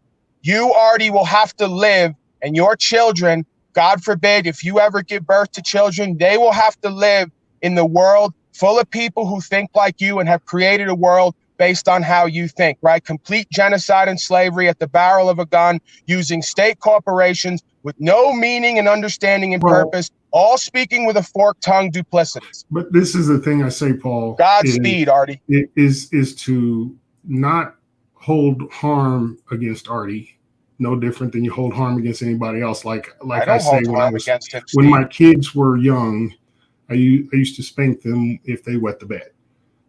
And realizing that that was not a good way to do it, I apologized to my kids once they were older, and I did not do it to my younger children. So it's no different here, that people don't understand what they're doing that causes harm. We're conditioned to believe that certain things are in place and that they're for the benefit and that we're doing the righteous thing. But once you become aware that it's not righteous, and in actuality, you're just an agent or a tool of the system, once you wake up to that, then you can hold Artie liable for not doing what's right. In Artie's mind, which I don't judge you for it, you're trying to do what you believe is right. What I'm trying to have is the healthy discussion for what it takes for all of us to wake up to what we need to do to fix this system. I'm not trying to overthrow it. It's just need a reset. And you know what? I'm not going to sit here and pretend as though the system as it currently stands is perfect. And I never made that argument. I never wanted to make that argument. There are plenty of issues going on with our current system where, in a lot of instances, many people do feel that their representatives are not representing their will, even when they vote for them into office. I'm not denying that the system has flaws and that it can't be fixed and can't be adjusted to make it serve the interests of the people better. But I don't think what we're having now is more of a political / philosophical argument on the nature of how government works, how the people are answerable to the things that the conduct that they commit, whether it be what you say is loss, injury, or harm. Like, if that's what if that's your baseline for what should be law, is laws affecting when there has to be a loss, an injury, or a harm, then that's an academic argument that we can have.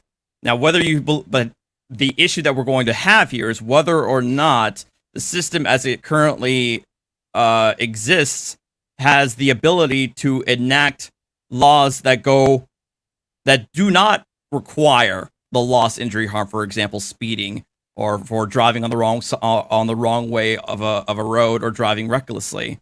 Those or things breathing air, Artie, or breathing air freely. Or breathing air freely. Yeah, why don't you call it how it is? You know what? I get animated on here, and Steve's probably right. And maybe, I let myself get away with myself sometimes, right? We're going to war soon here, gentlemen, historically, okay? We're going to war here soon. So I know that maybe me holding folks accountable and responsible is a little uncomfortable. I get a little bit loud, but I don't want to have to shoot or be shot at. I don't want to have to sit in a genocide slave camp like every other civilization before us and watch my brothers and sisters go there because of their false belief systems, right? But if you wonder why I get like how I get, it's very late in the game to still be playing these ego games of double speak and acting like we don't get it. Artie knows exactly what I'm talking about. Somewhere within him, it resonates, and he will not give it the time of day because it's too easy and comfortable and profitable to live this other life. His videos get hundreds of thousands of views from slaves who love their slavery, if I remember correctly. My views get a few thousand from people who want to see me locked up and be harmed by police. The other couple thousand are hardcore folks who really resonate with truth, rights, and freedoms, and they're tired of the nonsense by inauthentic corporate males who've probably never been in a fight, never had to really sacrifice for anything, and don't understand eternal truth. It's laughable. It's a joke on the face of it that someone like you would rule over someone like me because you've taken on a title in a corporate capacity. It's laughable. But it's the process. It's the system teaching us that somebody is better or superior to anyone else is false. We are equal people, and I got the skills I got, and I got what talent I got, and it's up to me what I do with it, as with everyone else. But the main thing is my whole purpose is to open everyone's eyes. And Artie, you're part of the system. You are a legal representative, and you're licensed by the state. Why hasn't he shown his face, Steve? I'm sorry. I don't mean to cut you off. No, it's up to him. Steve. But see, this is the thing: is that understanding your true power. Once you understand your true power, you're not afraid of anything anymore. Because what this system has done is it's captured your fear and put it. As long as your fear is outside of you, they can control and manipulate it whatever way they want to. But when you bring your fear and put it inside of you and you use it as your energy, then you can start managing it better than anyone else. He ran, Steve. He ran. He ran. I told him to show his face, and he ran. Just like every other prosecutor I come up against to get him on the phone. I ask him 3 questions. Bye, Mr. Laporta. And they hang up and they run. because they're a bunch of duplicitous, fork-tongued cowards. And I don't care how I come off sometimes. I'm speaking what's true and what's right. You don't like how I'm giving it? No, Don't I'm come with here to you. get it. Understand this. I'm 100% with you. I agree with everything you're saying. The thing is that I'm trying to educate him no different than we trying to educate your audience, because he's a soldier in their army and doesn't know it. So he fights the mental game just like all the rest of them do, and they go home at night trying to feel good about themselves because they know they've done wrong. They know that some of the, I've talked to several officers of, you know, when they've detained me, and how do they live with themselves, and how do you go about your life knowing you're doing things that are not right. And that's the bottom line, is that you got to confront that in yourself, and how everybody confronts it is going to be totally different depending upon who you are. And that's the bottom line. Hey, there we go, Artie. There you are in all your glory. Yeah, I don't know why you said I left. likeness. I don't know why you said I left. You just put me backstage. So I think that's kind of No, an I unfair didn't put you backstage, Artie. I'm not sitting. Don't try to do that now. I'm not sitting up here putting people backstage so I can say that they ran and left. No, I didn't do that. No, I didn't. Okay, so don't I mean, say that I did, Artie, because you're not going to win now by disparaging my character integrity, because we know damn well that I don't need to put you backstage to make a point. The points have already been made. So please don't play the next level of attorney games with me, Artie, of bad faith, dishonorable attorney games. Please don't. Paul, with all due respect, you've been imparting bad faith on me this entire conversation. You have about 4 or 5 people in here who just concocted a narrative. I watched it in the chat. They said, he just put Artie backstage. I didn't put you backstage. You think I would put you backstage and then have you come out knowing it would come out and then lie about it? I don't need to come at someone with good faith who's shown from the beginning they're duplicitous, disingenuous, and an outright deceiver and liar. That's why I've come at you the way I've come at you. Artie, it's not that you're disingenuous or whatnot. It's just your profession is. So the reality is you're one of the professions that is. No, he is. Well, the thing is, Stephen. Well, the thing is, Stephen. He is. Well, the thing is, Steve, you have yet to impart any sort of bad faith on me, upon me this entire conversation. I can respect that. And I think you and I can easily have a one-to-one conversation that's far more cordial than what Paul would allow us to have. But Paul definitely has a lot of things to say about me and about my profession, because he doesn't like when I have my videos on here. And for the record, it's not as if I've never shown my face before. Anybody can go to my channel and see that I show my face all the time. Why did you not show it here today? Oh, because I was showing it to my audience myself. Okay, so you're more interested in trying to get audience and play games than actually have a discussion between me, you, and Steve. So instead of showing your likeness here so we can connect with you and have eye contact, or as close to the thing we could get as you say, a cordial discussion. No, you've got a cartoon picture of yourself up playing entertainment games, double dipping with your other audience, right? Well, for the record, because that's what it's all really about. You're going to reinvent yourself and rebrand yourself because you're sick of your profession, because you know that you're a duplicitous coward. So you want to move into hundreds of thousands of viewers for shitting on people like me. But Artie, you have to live, and your young ones will have to grow up in a completely emasculated, disempowered, screwed up world that you are creating with your policy, procedures, and matrix code. So as long as you're okay with that, I'm okay with it. You understand that? I don't have any hate in my heart for you. I'm tired of what people like you are creating here, and then pretending to back it and justify it, and then play games like you just did. I put you backstage. Come on, bro. Well, I don't know how I went to backstage then. That's so I apologize if you said that I did. So you don't know how you got back there, but you presume that I put you back there. Well, you're in control of the live stream, are you not? I did not do anything to push you backstage. I was sitting back smoking reefer, not even looking. That's not the argument. Here's the thing. Is that this is again another weapon of the system, is that we argue about things that don't really matter to the superior points of what we're really discussing. That's arbitrary.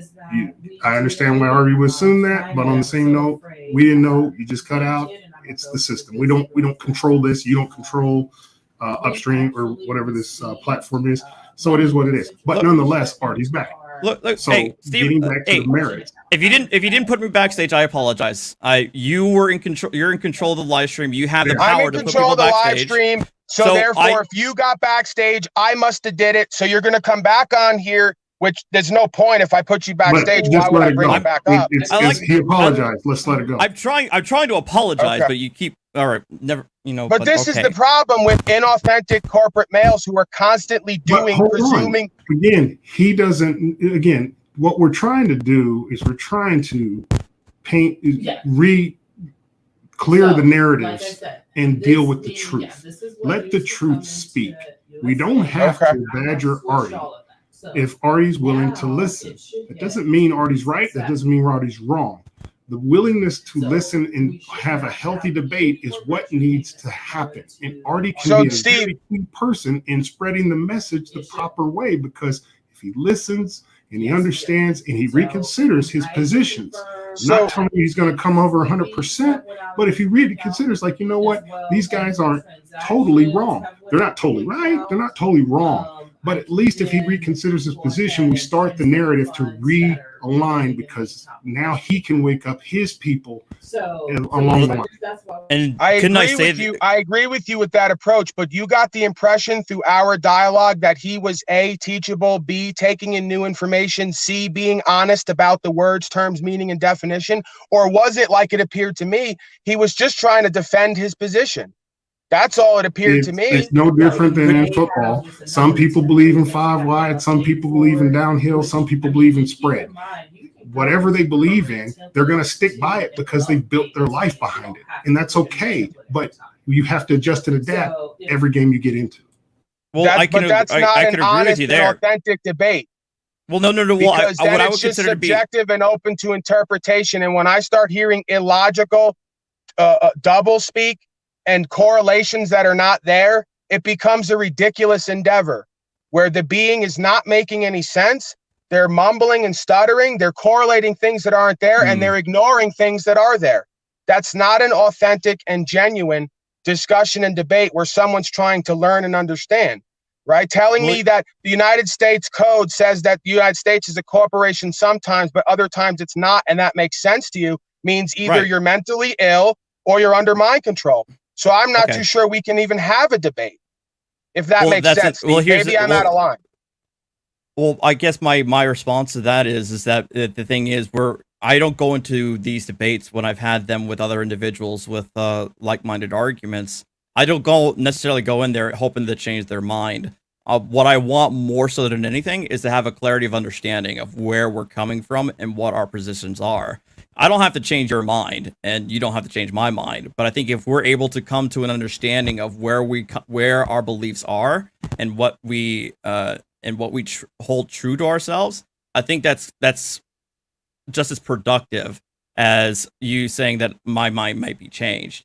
I understood where you were coming from before you came up here. I know the personality type. I know how you think. I know how your mind generates its reality. And I know that you live by the ends justify the means. So you will justify everything in between to get it to make sense with your end. And you've done that through this whole conversation. I've given you the direct meanings of words, term, and purpose, and you keep spinning them to correlate with the end because you're an ends justifies the means person. Right? No, and really, again, this is how we get into a society where the end is completely screwed up because the means are misunderstood. And rather than try to understand them, everyone's defending their position of how the means are okay. It's never okay to force your position on another man and woman at the barrel of a gun, especially in a position of public servant. And there's no sense behind the idea that a man or woman cannot consent to having harm being done to them because a policymaker wants to force their version of reality on someone on a common law land where we're all born free. Yeah. But here's the thing is, again, we got to accept where people are. Okay. And when you accept where people are, then we all can move from where we stand, because you and I are galvanized in our position and our understanding of what this really is, as is art. But we all will move because we have to understand, how do we get closer to Artie? How do we get closer to Artie in an understanding that we all find equitable? And when we get there, when we find that, then Artie can move to his people. We can move deeper to our people and reach more people with a new understanding. So that is the art of diplomacy in figuring things out. And it's not holding anything personal and just saying that, hey, I respect you, Artie, because you're listening, you're giving it a chance. I know in your back of your head, you're thinking, that's hogwash, that don't work, da, da, da, da, da, da. That's how we think, same thing. But that's what debate is. That's all it is. Okay, but I have a hard so time being inauthentic. But here's application. When we go to application, Artie's built his profession. Artie's built his name, his reputation through what he knows. We have to accept that. He's going to defend it. His life's work is behind it. So he's going to protect it. That's understandable. But much like when I realized beating my kids for wetting the bed is not a good idea, it doesn't mean I don't love my kid. It just means I found a better way to do it. And that's what we're trying to convince Artie. Say, hey, there's a better way. You may not like what we're doing, but there's a better way. And the way you're doing it is not doing all the good you think it's doing. So it's can I ask you a question, Steve? Yeah. Steve, can I ask you a question? Why does Artie continue to come to my streams and my chat and make multiple posts when I never look at what he's doing and what he's about? I had to have someone come over and show me what he was doing about me. Why is it that Artie and folks like him make videos about me, follow me, comment in my chat, if they're not really here to learn from me, or as he says, to understand my position? It just seems like him and his audience are only here to bash on me, hate on me, and profit off of that, much like they do in their profession. Interesting. You can ask me directly, right? Yeah, but you wouldn't give me an authentic, genuine answer because you're either not willing to reveal yourself or you don't really know yourself and your subconscious, so you're not able to be authentic. But go ahead, Artie. Tell me why you're constantly following me, commenting on me, bringing your audience over to bash me when I don't know who and what you are and don't look at anything you do. Because I do think that you, what you put forth and the arguments that you make are ultimately harmful to other people who try to apply what you so you're just trying to keep everyone safe. Yeah. And if you can laugh at it, as long as it's on record. I'm the big bad man, rights and freedoms, standing on your position, stop dealing with coercion. You're about making deals with the state corporations, or worse things will be done to you, because if you deal, we get a better option, right? And you just want me to stop telling people to be real men and stand on their position and truth and principles because some harm might come to them. So you're just, again, trying to keep us all safe. Thank you, Artie. Because I ultimately think that these hashtag hero, hashtag hero, hashtag activist. Let's be real, we can't thank you enough, Arthur. We can't thank you enough. Artie, let's be real that the conflict draws attention, period. It draws views. No, I don't deny the conflict can draw attention. He doesn't deny it, but it's not his first point. His first point is how valiant and noble he is, just trying to keep us all safe. But behind it is 300,000 views and a lot of money off shitting on people like me and getting a whole audience of mind-controlled slaves to bash me. He's not going to deny that. He's just not going to put it forth as part of the plan. Well, I'm simply pointing your videos and your actions out as an example of how and why these arguments do not work and ultimately put people in a worse position. They do work, just so you know. And they do work, Artie. Elements. But again, if you go off half cocked, no different than if you don't know the conditions you're walking into, you will get tore up. That's anything. If I went and tried to play tennis today, and I'm stepping on the court against Serena Williams, I'm going to get murdered because I'm not ready. I haven't trained. I don't know anything about it. I'm going to get murdered. So yes, if you don't train and learn, you will get your tail whooped. But you have the power to learn, and he's an example, as I'm an example of, you can learn it. It's not an easy journey, but you can learn it. And once you learn it, you can find remedy and relief. So that's the bottom line I'm trying to say, because even though you're using it as which again, and 100% agree with you, Paul, that you're using the auspices of, I'm trying to keep people safe. You're really not. You're trying to monetize it. You're monetizing. See, I want more of that, Steve. Get him, Steve. I have no problem with commerce. I have no problem with it. What I have a problem with is the manipulation of I'm trying to do right for you, when in actuality you're just working for your commerce. Just come right out and say, I'm working for my commerce. You're He's perfect pimping, eye Steve. candy for me. You make me a lot He's of pimping. viewers. It's okay. It's okay. See, if the pimp and the hoe have a good relationship, There are. Here's the thing. There's a problem. Here's the thing, Steven. There's a lot of like watchdog YouTubers out there that call out scams and financial mismanagement, financial scams and crimes, and they all make money off of doing that too. But I would consider a lot of what they do to be a public service for helping out the consumer and helping out other people. Well, how am I any different?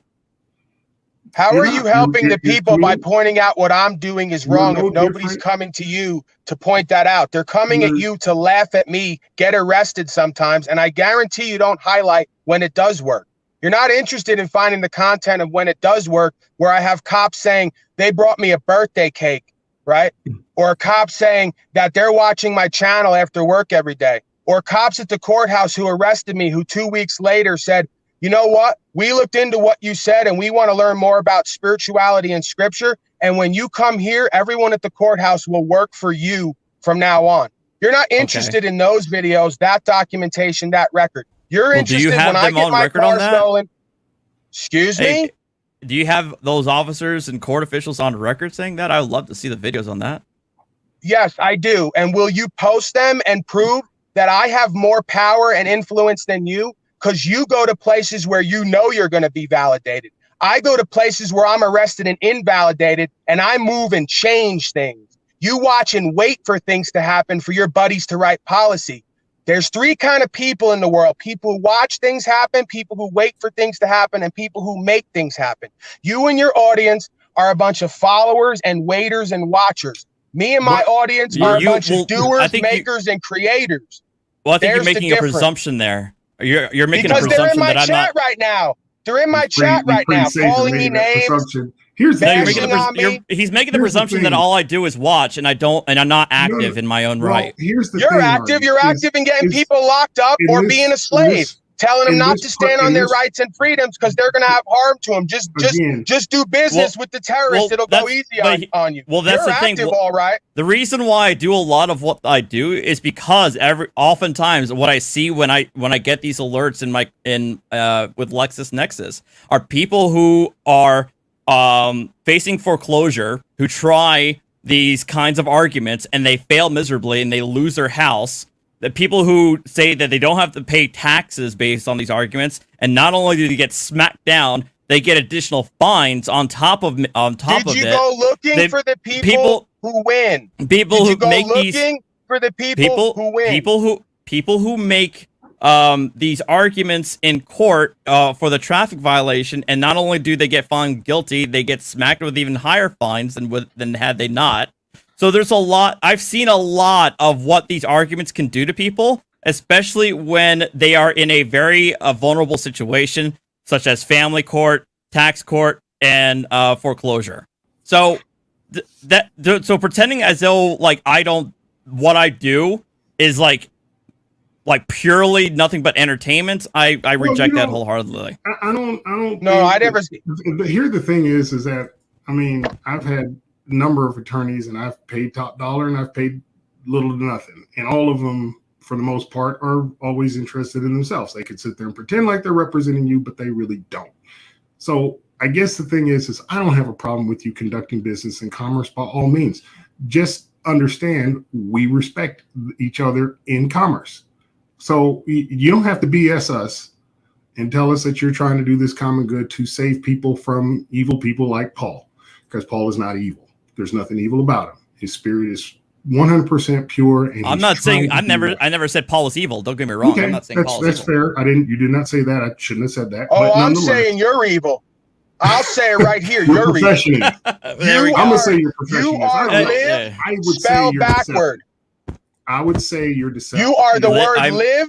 You're spelled backward. You live backward, and you propagate an ideology that others should follow you in living backward. I will say it here today. Call it whatever you want. I'm egotistical. I'm whatever. I'm abrasive. You are evil. You're the definition of it.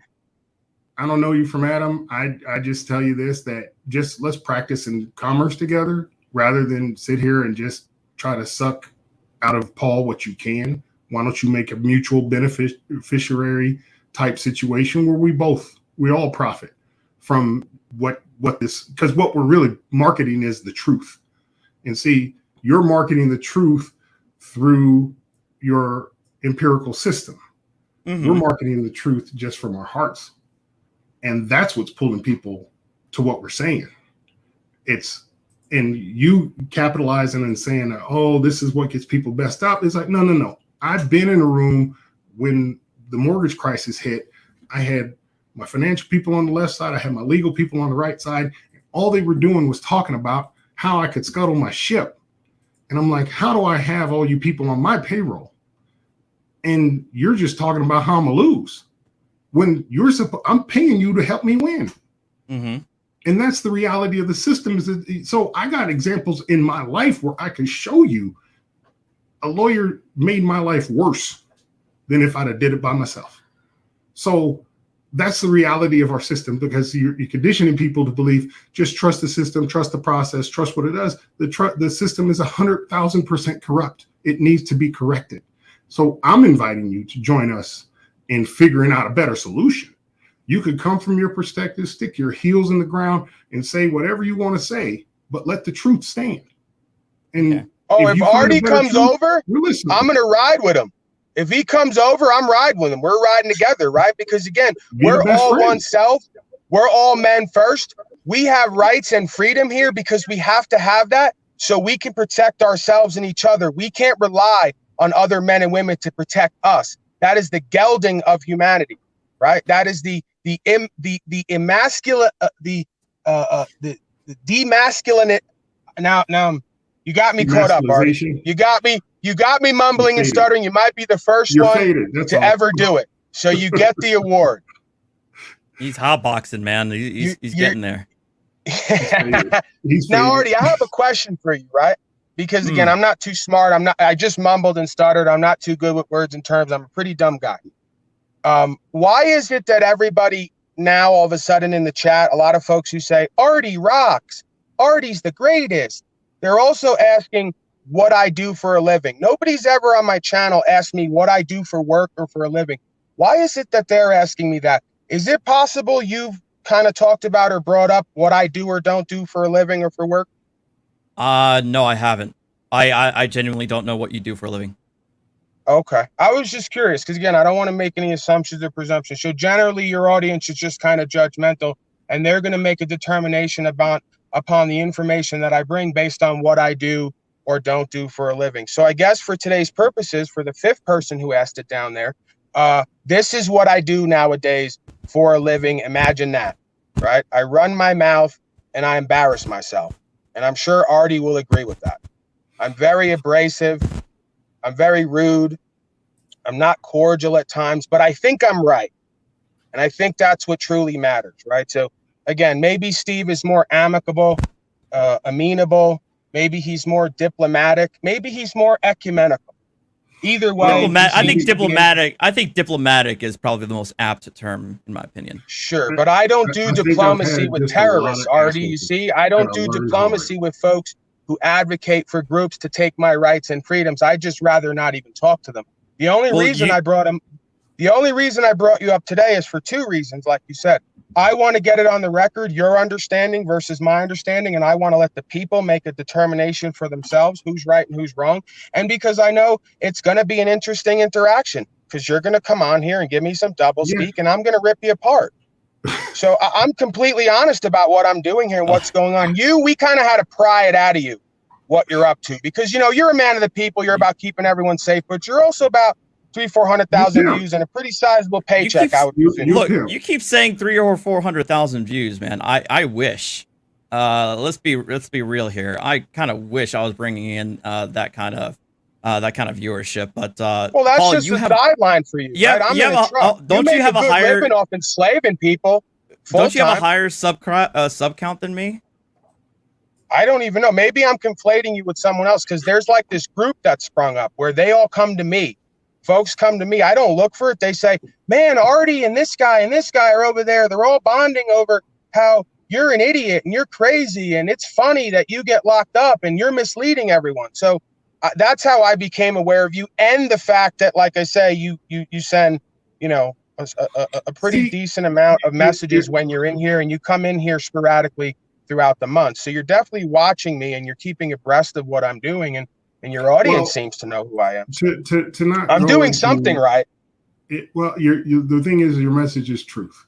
And when the truth comes out, people will be enamored by it. It's going to hurt some. It's going to help some.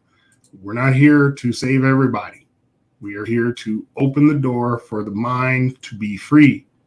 And that's my purpose. I want everybody's mind to be free, to discern things for yourself. When you start seeing all the mysticism, the magic, and the muck that has been created to keep us asleep and unaware of what we have as far as rights, that's what I'm here to do. Paul and I came together by divine purpose, period. It was not, I knew his people or whatever. There's a greater power pulling us together because the truth is coming out. So I just want everybody to brace for impact and learn. If you choose, now that you know and you've heard some of these things, please research everything we've discussed. And when you start finding those truths, you'll start being awake, and it's going to hurt because you've built your life around these false narratives. I did. Paul did, because we were born into it. But once the awakening happens, that's what it is. And it's not about, what I don't want is any more combat. I don't want to fight you, Artie. I want us to understand each other. And I think that's fair. Like Paul says, I know your mindset because I had it. I got family members that got it. So I know the mindset. I get it. I'm trying to connect with you on that level so I can help you understand what's really going on. And it's not a thing that I don't want to not have a driver's license. I don't want to pull myself out of the system. I didn't want to do it. Necessity presented itself, and that's what pushed me into finding solutions. And when I actually started finding solutions, I was really sick because, like I said, I paid a lot of lawyers too much money, and they didn't do nothing for me. And when I've done 400 times more by myself than what I could have ever did with a lawyer. So, sorry, it's going to destroy your profession. Sorry. It's just what it is. You know what's interesting, Steve, and then I'm going to let you comment on that vein real quick. I have a past, Artie, right? I believe in writing my story, and I think that we're at a good place in the story where I can be confident as well with sharing it, right? Because I like where my life's going and the story I'm writing and what's coming with it, and the change that's happening, right? Because I think it's needed now more than ever. But interestingly enough, I have a past with drugs in the streets and getting arrested for behavior that probably was against my own good, right? So there is that side of me that says, you know what? I know it to be true that I own my body, or I have usage to it to upkeep, maintain, and use it. I can put whatever I want in my body. With that said, I found myself in jail because I was completely hopeless, faithless, disempowered, and addicted to drugs, right? Because I come from a broken home. And that's how I went. I went to the streets. I went to the drugs. I got into that whole hole. I became messed up, right? So by way of the system, I actually got a break from that, right? I got away from the drugs. I got to recenter myself. So it was a good thing in a way that I was arrested for choosing to do with my body what I choose. Now, while it was a good thing for my body and for me to reset, it still doesn't change the fact that I have a right to put whatever I want into my own body. You see how those two realities can kind of butt up against each other? So when I went into court, right, I went through the attorney route a few times, minor possessions really is what it was. Always had to wind up paying, got 4 years probation, wound up getting violated, had to go to jail anyway. When I wound up coming back later, right, and this is where I started to find my true power, which helped get me off the drugs, because nothing was working to get me off of it. And lo and behold, what it was I lacked self-empowerment, I lacked self-respect, and I lacked confidence and self-worth. And all that comes out of, as a man, not being able to have your rights and freedoms and feel like you can choose your own path. It's oppression, repression, and depression, right? So I don't mean to ramble, but long story short, if I haven't passed it already, I got better results speaking for myself with the magistrates, just telling them, this is who and what I am, this is what I do, this is my understanding and belief system. Even if this stuff is hurting me, I'm not harming anyone else. And you know what the lady wound up telling me was, you know what, Paul, you seem like an intelligent man. You seem like you understand the law. How about this? How about you just go do 28 days in a rehab, right? So instead of 4 years probation and 100 days in jail and thousands of dollars in attorney fees, she just said, just go do 28 days. I said to myself right then and there, now we're speaking to each other, man and woman, right? It's no longer citizen and system. It's man to woman. She said, Paul, I get it. We're probably going to destroy you in this case because you don't know enough of what you need to know, but you do know enough, right, about the law, and you made some good points, and you seem intelligent, and we believe in you. So how about you just do the 28 days in rehab, right? So I went to do that. It completely changed my life. That's the service that we needed. So even if, again, I'm not saying overthrow or take down the whole system. I'm saying if you want to create a public service system, then do public service. Don't do revenue generation off of people not understanding their own status and standing power and God-given rights. That's all my position is, right? Okay. So this will be my last statement, because then I actually I have other errands to run. But yeah, we got to wrap it up anyway. Stephen's statement. I have researched a lot of these arguments and a lot of these assertions about the law, the nature of the law, definitions, status, standing, jurisdiction, etc. I've been researching these arguments for far longer than the existence of my channel. My channel started in 2019. I've been researching this for years beforehand, so I'm well versed in the arguments that are made here. What I do, whether you believe it to me to be altruistic in my endeavors or not, is to debunk what these arguments are, because what I have seen in my truth, in my understanding, is that they do not work, that they are shut down by the courts all the time on the merits. And so that's why I do what I do. And a lot of the times, oftentimes I see when we see these arguments put forth in court or put forth on the side of a road, what happens is that the people end up saying, these people who make these arguments, and I think the reason why people find it entertaining, and let me give you that, is because these arguments are put forth with such confidence and such conviction, only to have it blow up in their face. I feel like people kind of find that contradiction kind of entertaining, and I think that's where it comes from. But I understand where you're coming from, Stephen, and I do not doubt that you've had plenty of terrible experiences with attorneys. Attorneys are humans, just like anybody else. And just like any other profession, there's good and there's terrible and there's god awful and there's corrupt. So I am not going to sit here and pretend that my profession is this glowing example of a good and righteousness. There are some petty shyster attorneys out there that will just do whatever they can to get those billable hours and then screw over their clients. So I'm not going to sit here and pretend, and I'm not going to sit here and deny your experience, because it's complete. I've seen plenty of it myself to know that there's a lot of truth there.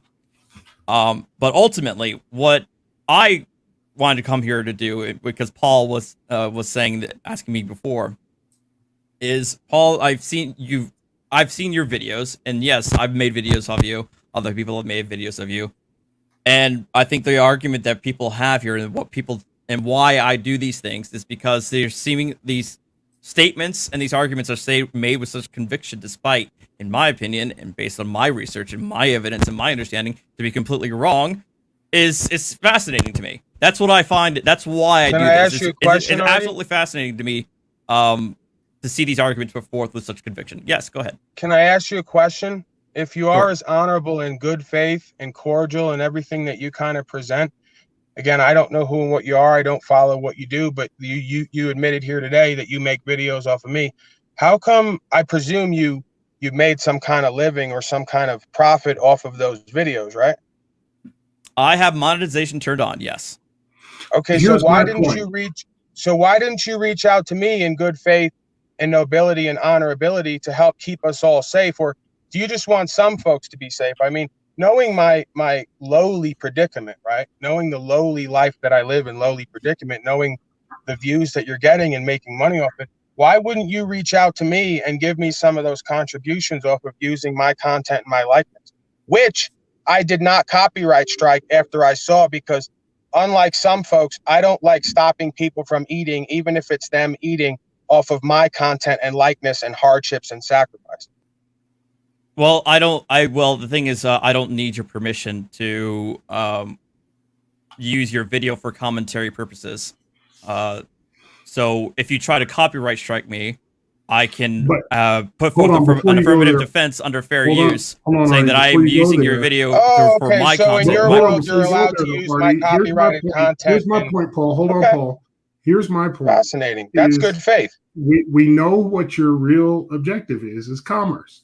So what I'm saying to you is we have natural food in these conversations for which we all can benefit off of. So to Paul's point, why don't we work in commerce together? You ain't got to change your mind. We ain't got to change ours. But let's work in commerce together, because we all can feed on this. Because that makes more sense than just taking his stuff and just tearing it apart. I mean, you'll probably still do that anyway. But at least come together like butt cheeks and let's get some shit done. I mean, again, you either pimp or a hoe. And I've been a hoe my whole life. I want to pimp. So let's all pimp together. That's what I'm saying. We got the narrative, and that's the truth. And that's what we're going to bring to the table. So rather than create conflict, let's create synergy and let's work together, because we can get some shit done. This is a hell of an argument. I mean, we've accidentally 2 hours and 13 minutes. And what would we say, Paul? We're going to try to keep it to an hour? Sure, and that's what kind of confuses me, Steve, right? We still hadn't gone back over the 6 points that you made. We got nothing but content, sir. That's what. Well, I mean, that's the thing. That Paul has content here. Polite folks who are good faith and honorable and noble and good business people, if you would say, you would think that he would have reached out to me earlier, since he's doing videos on me and about me and profiting from it, and say, hey, Paul, you're so wild and crazy. And yeah, we don't agree, but maybe you come up on the platform. Maybe I come up on yours. No, he's just in my chat, another follower watching and waiting, hating. And then I have to say, hey, Artie, I see you hanging around the gang often. It's like you want to be a part of the gang. You're always off to the side, kind of hating and angry. Why don't you join the gang? Why don't you come in? We'll have a discussion. Then he comes up with a cartoon face. I say, no, Artie, maybe come forth as a real man, present yourself, and we can all kind of bond here today. Maybe we can go somewhere with this. But again, we're back to, and I'm sorry if this hurts feelings, Artie, I've put you in the classification, since you've classified me and you like to classify. I've put you in my classification, in my bar society, which is not an acronym, as an inauthentic corporate male with no principles and value systems, and only the need to present an image and then discredit others' image and profit from that dynamic, right? So I don't know how you feel about that. I'm really not even interested, but you can go ahead and comment. Hey, well, it's all good, Paul. At the end of the day, you're free to make whatever statements you want, or draw any conclusions you want about me or my character. For now, right? Because your best people are working on shutting me up because my words are unsafe. So for now, I'm free to make certain statements and do as I'm told. But going forward, I might have to shut up even more, because policy and code is overriding my free speech, right? We know that. We've experienced that here. I don't know what you're experiencing in your world. I don't know what I'm experiencing. I don't know what you mean by what I'm experiencing here when it comes to free speech. I mean, my videos have not been copyright claimed or content ID'd, if that's what you mean, but I've never had my videos taken down, if that's what you're asking. Because you don't discuss anything that's controversial. You don't advocate for rights and freedom and free speech. You advocate for policy, code, and whatever the government and the state corporation says we should all follow. I don't do that, so it seems everyone's after me, because like you, they're concerned with keeping everyone safe, and my words are really harmful, Artie. They're getting people in a lot of predicaments, like finally standing in their power and stop being a slave regardless of the outcome. Artie, you realize that over here, I never once tell anyone there's guarantees. I tell them the opposite. All you're guaranteed is your self-respect and self-will and self-discipline. You might wind up dead or in a cage. You have to be okay with that dynamic. That is a real man, Arthur. Well, I would say if you were able to actually at least give them that sort of discretion, then you know what, I can respect that, and say that if you make these statements and claims like, hey, by the way, the odds of you succeeding are pretty low, then hey, I can respect that. I don't get into the quantification of what the probability and odds are, because I have not looked at it completely, what the numbers are, as you haven't. You've already admitted you go seeking out all the people who lose so you can show everyone else how much we lose. You didn't go to find all the people who win. So you have a bias agenda, subconsciously or consciously, because I have a stack of folks who you didn't go ask how they did, and they got favorable results. Someone, well, hey, if you could give me the list of those names, then I'll be happy to contact them. Let's do this. I'm sure you will. Clearly have a lot to talk about. Let's put some things together and come back again at a later date, because again, absolutely, we have common interest.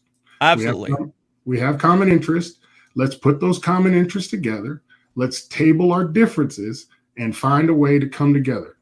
That's what the Ben do. So let's do that. Hey, Steve, can I tell Artie that I love him now? Because we had a heated exchange. Probably we got more, a little bit. We'll get there. Not right now. You don't tell him you love him now, because you still tell him in private. Men don't do that in public, Steve. I'm secure with myself. I can tell Artie that I love him just not today. as a man, as a being, as an expression of life and consciousness in life. I love him and I feel close to him. But when it comes to this truth and this understanding and where this all goes, I have to be fervent and vigilant. I have to be. Your adversary is your closest ally. Art of war. Your adversary is your closest ally. So, hey, but I gotta go. I gotta go too. The conversation. Paul, I appreciate it too. Thank you guys, or thank you, Paul, for bringing me up. Thank you, Steve. It was great, great having a conversation with you. The very last two things I'd like to say. This one's kind of specifically. Well, actually, just one thing I want to say specifically to somebody in the chat that I saw like ages ago. I'm not Jewish. I'm Puerto Rican. I am not Jewish at all. But thank you guys again. I just want to make that clarification. But thank you guys for having me on, and I'll. All right. What? I can keep going, but you guys got lives, like they know. I got nothing to do, so I can sit here and ramble. You've all got successful lives to attend. Well, so I'm gonna let you guys go. Appreciate you, Steve. This was fire. Thanks, we're gonna continue the love of the game broadcast. I'm gonna let you go. You got stuff to do, Steve. I get it. Take care. Hey guys, take care. All right. So yeah, that was a good, whatever you want to call that, right?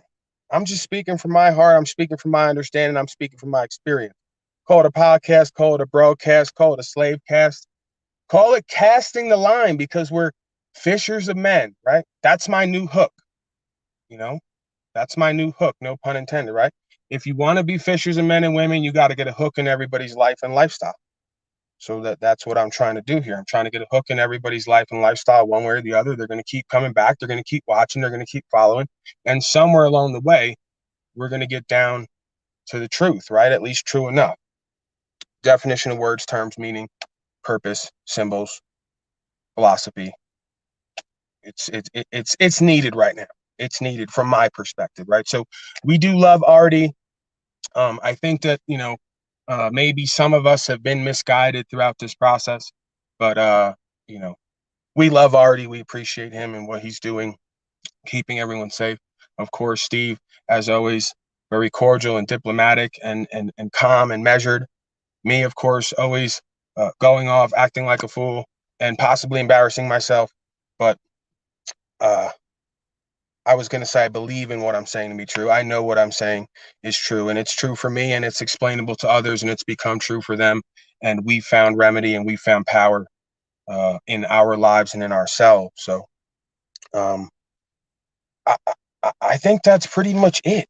That was our one a day for the day. Go over to the other channel, right? Because again, I can't go live over there yet. Only got 300 folks. Got to get to 1,000 before we can start going live. Not necessarily going to be used as a backup per se. It's going to be kind of a different channel, right? For more of this kind of broadcast where we're going to do whatever this was here today. Steve and I and the Rev. So yeah, go in the description. Proper instruction motivates people. Paul Enslaved. Subscribe to that so you can get the notifications once we get to 1,000. We're going to move over there. The rebroadcast of this discussion is probably going to go on that channel. So, yeah, appreciate you, Cheryl Williams, Rights On, Ken Lane, Salted Cedar, Vincent, a lot of the regulars, and some new folks today. A lot of folks from Artie's constituency. Artie's constituency came over to pay us a visit today. So we appreciate you folks working the algorithm. It's all good at the end of the day, right? We can get heated, we can get into it, but it is all love. It's all good at the end of the day. You know, when the slavery and genocide comes down fully, I'm totally down. I'm totally down because I love everyone so much. I'm totally down to suffer with everyone, right? Through the slavery and genocide.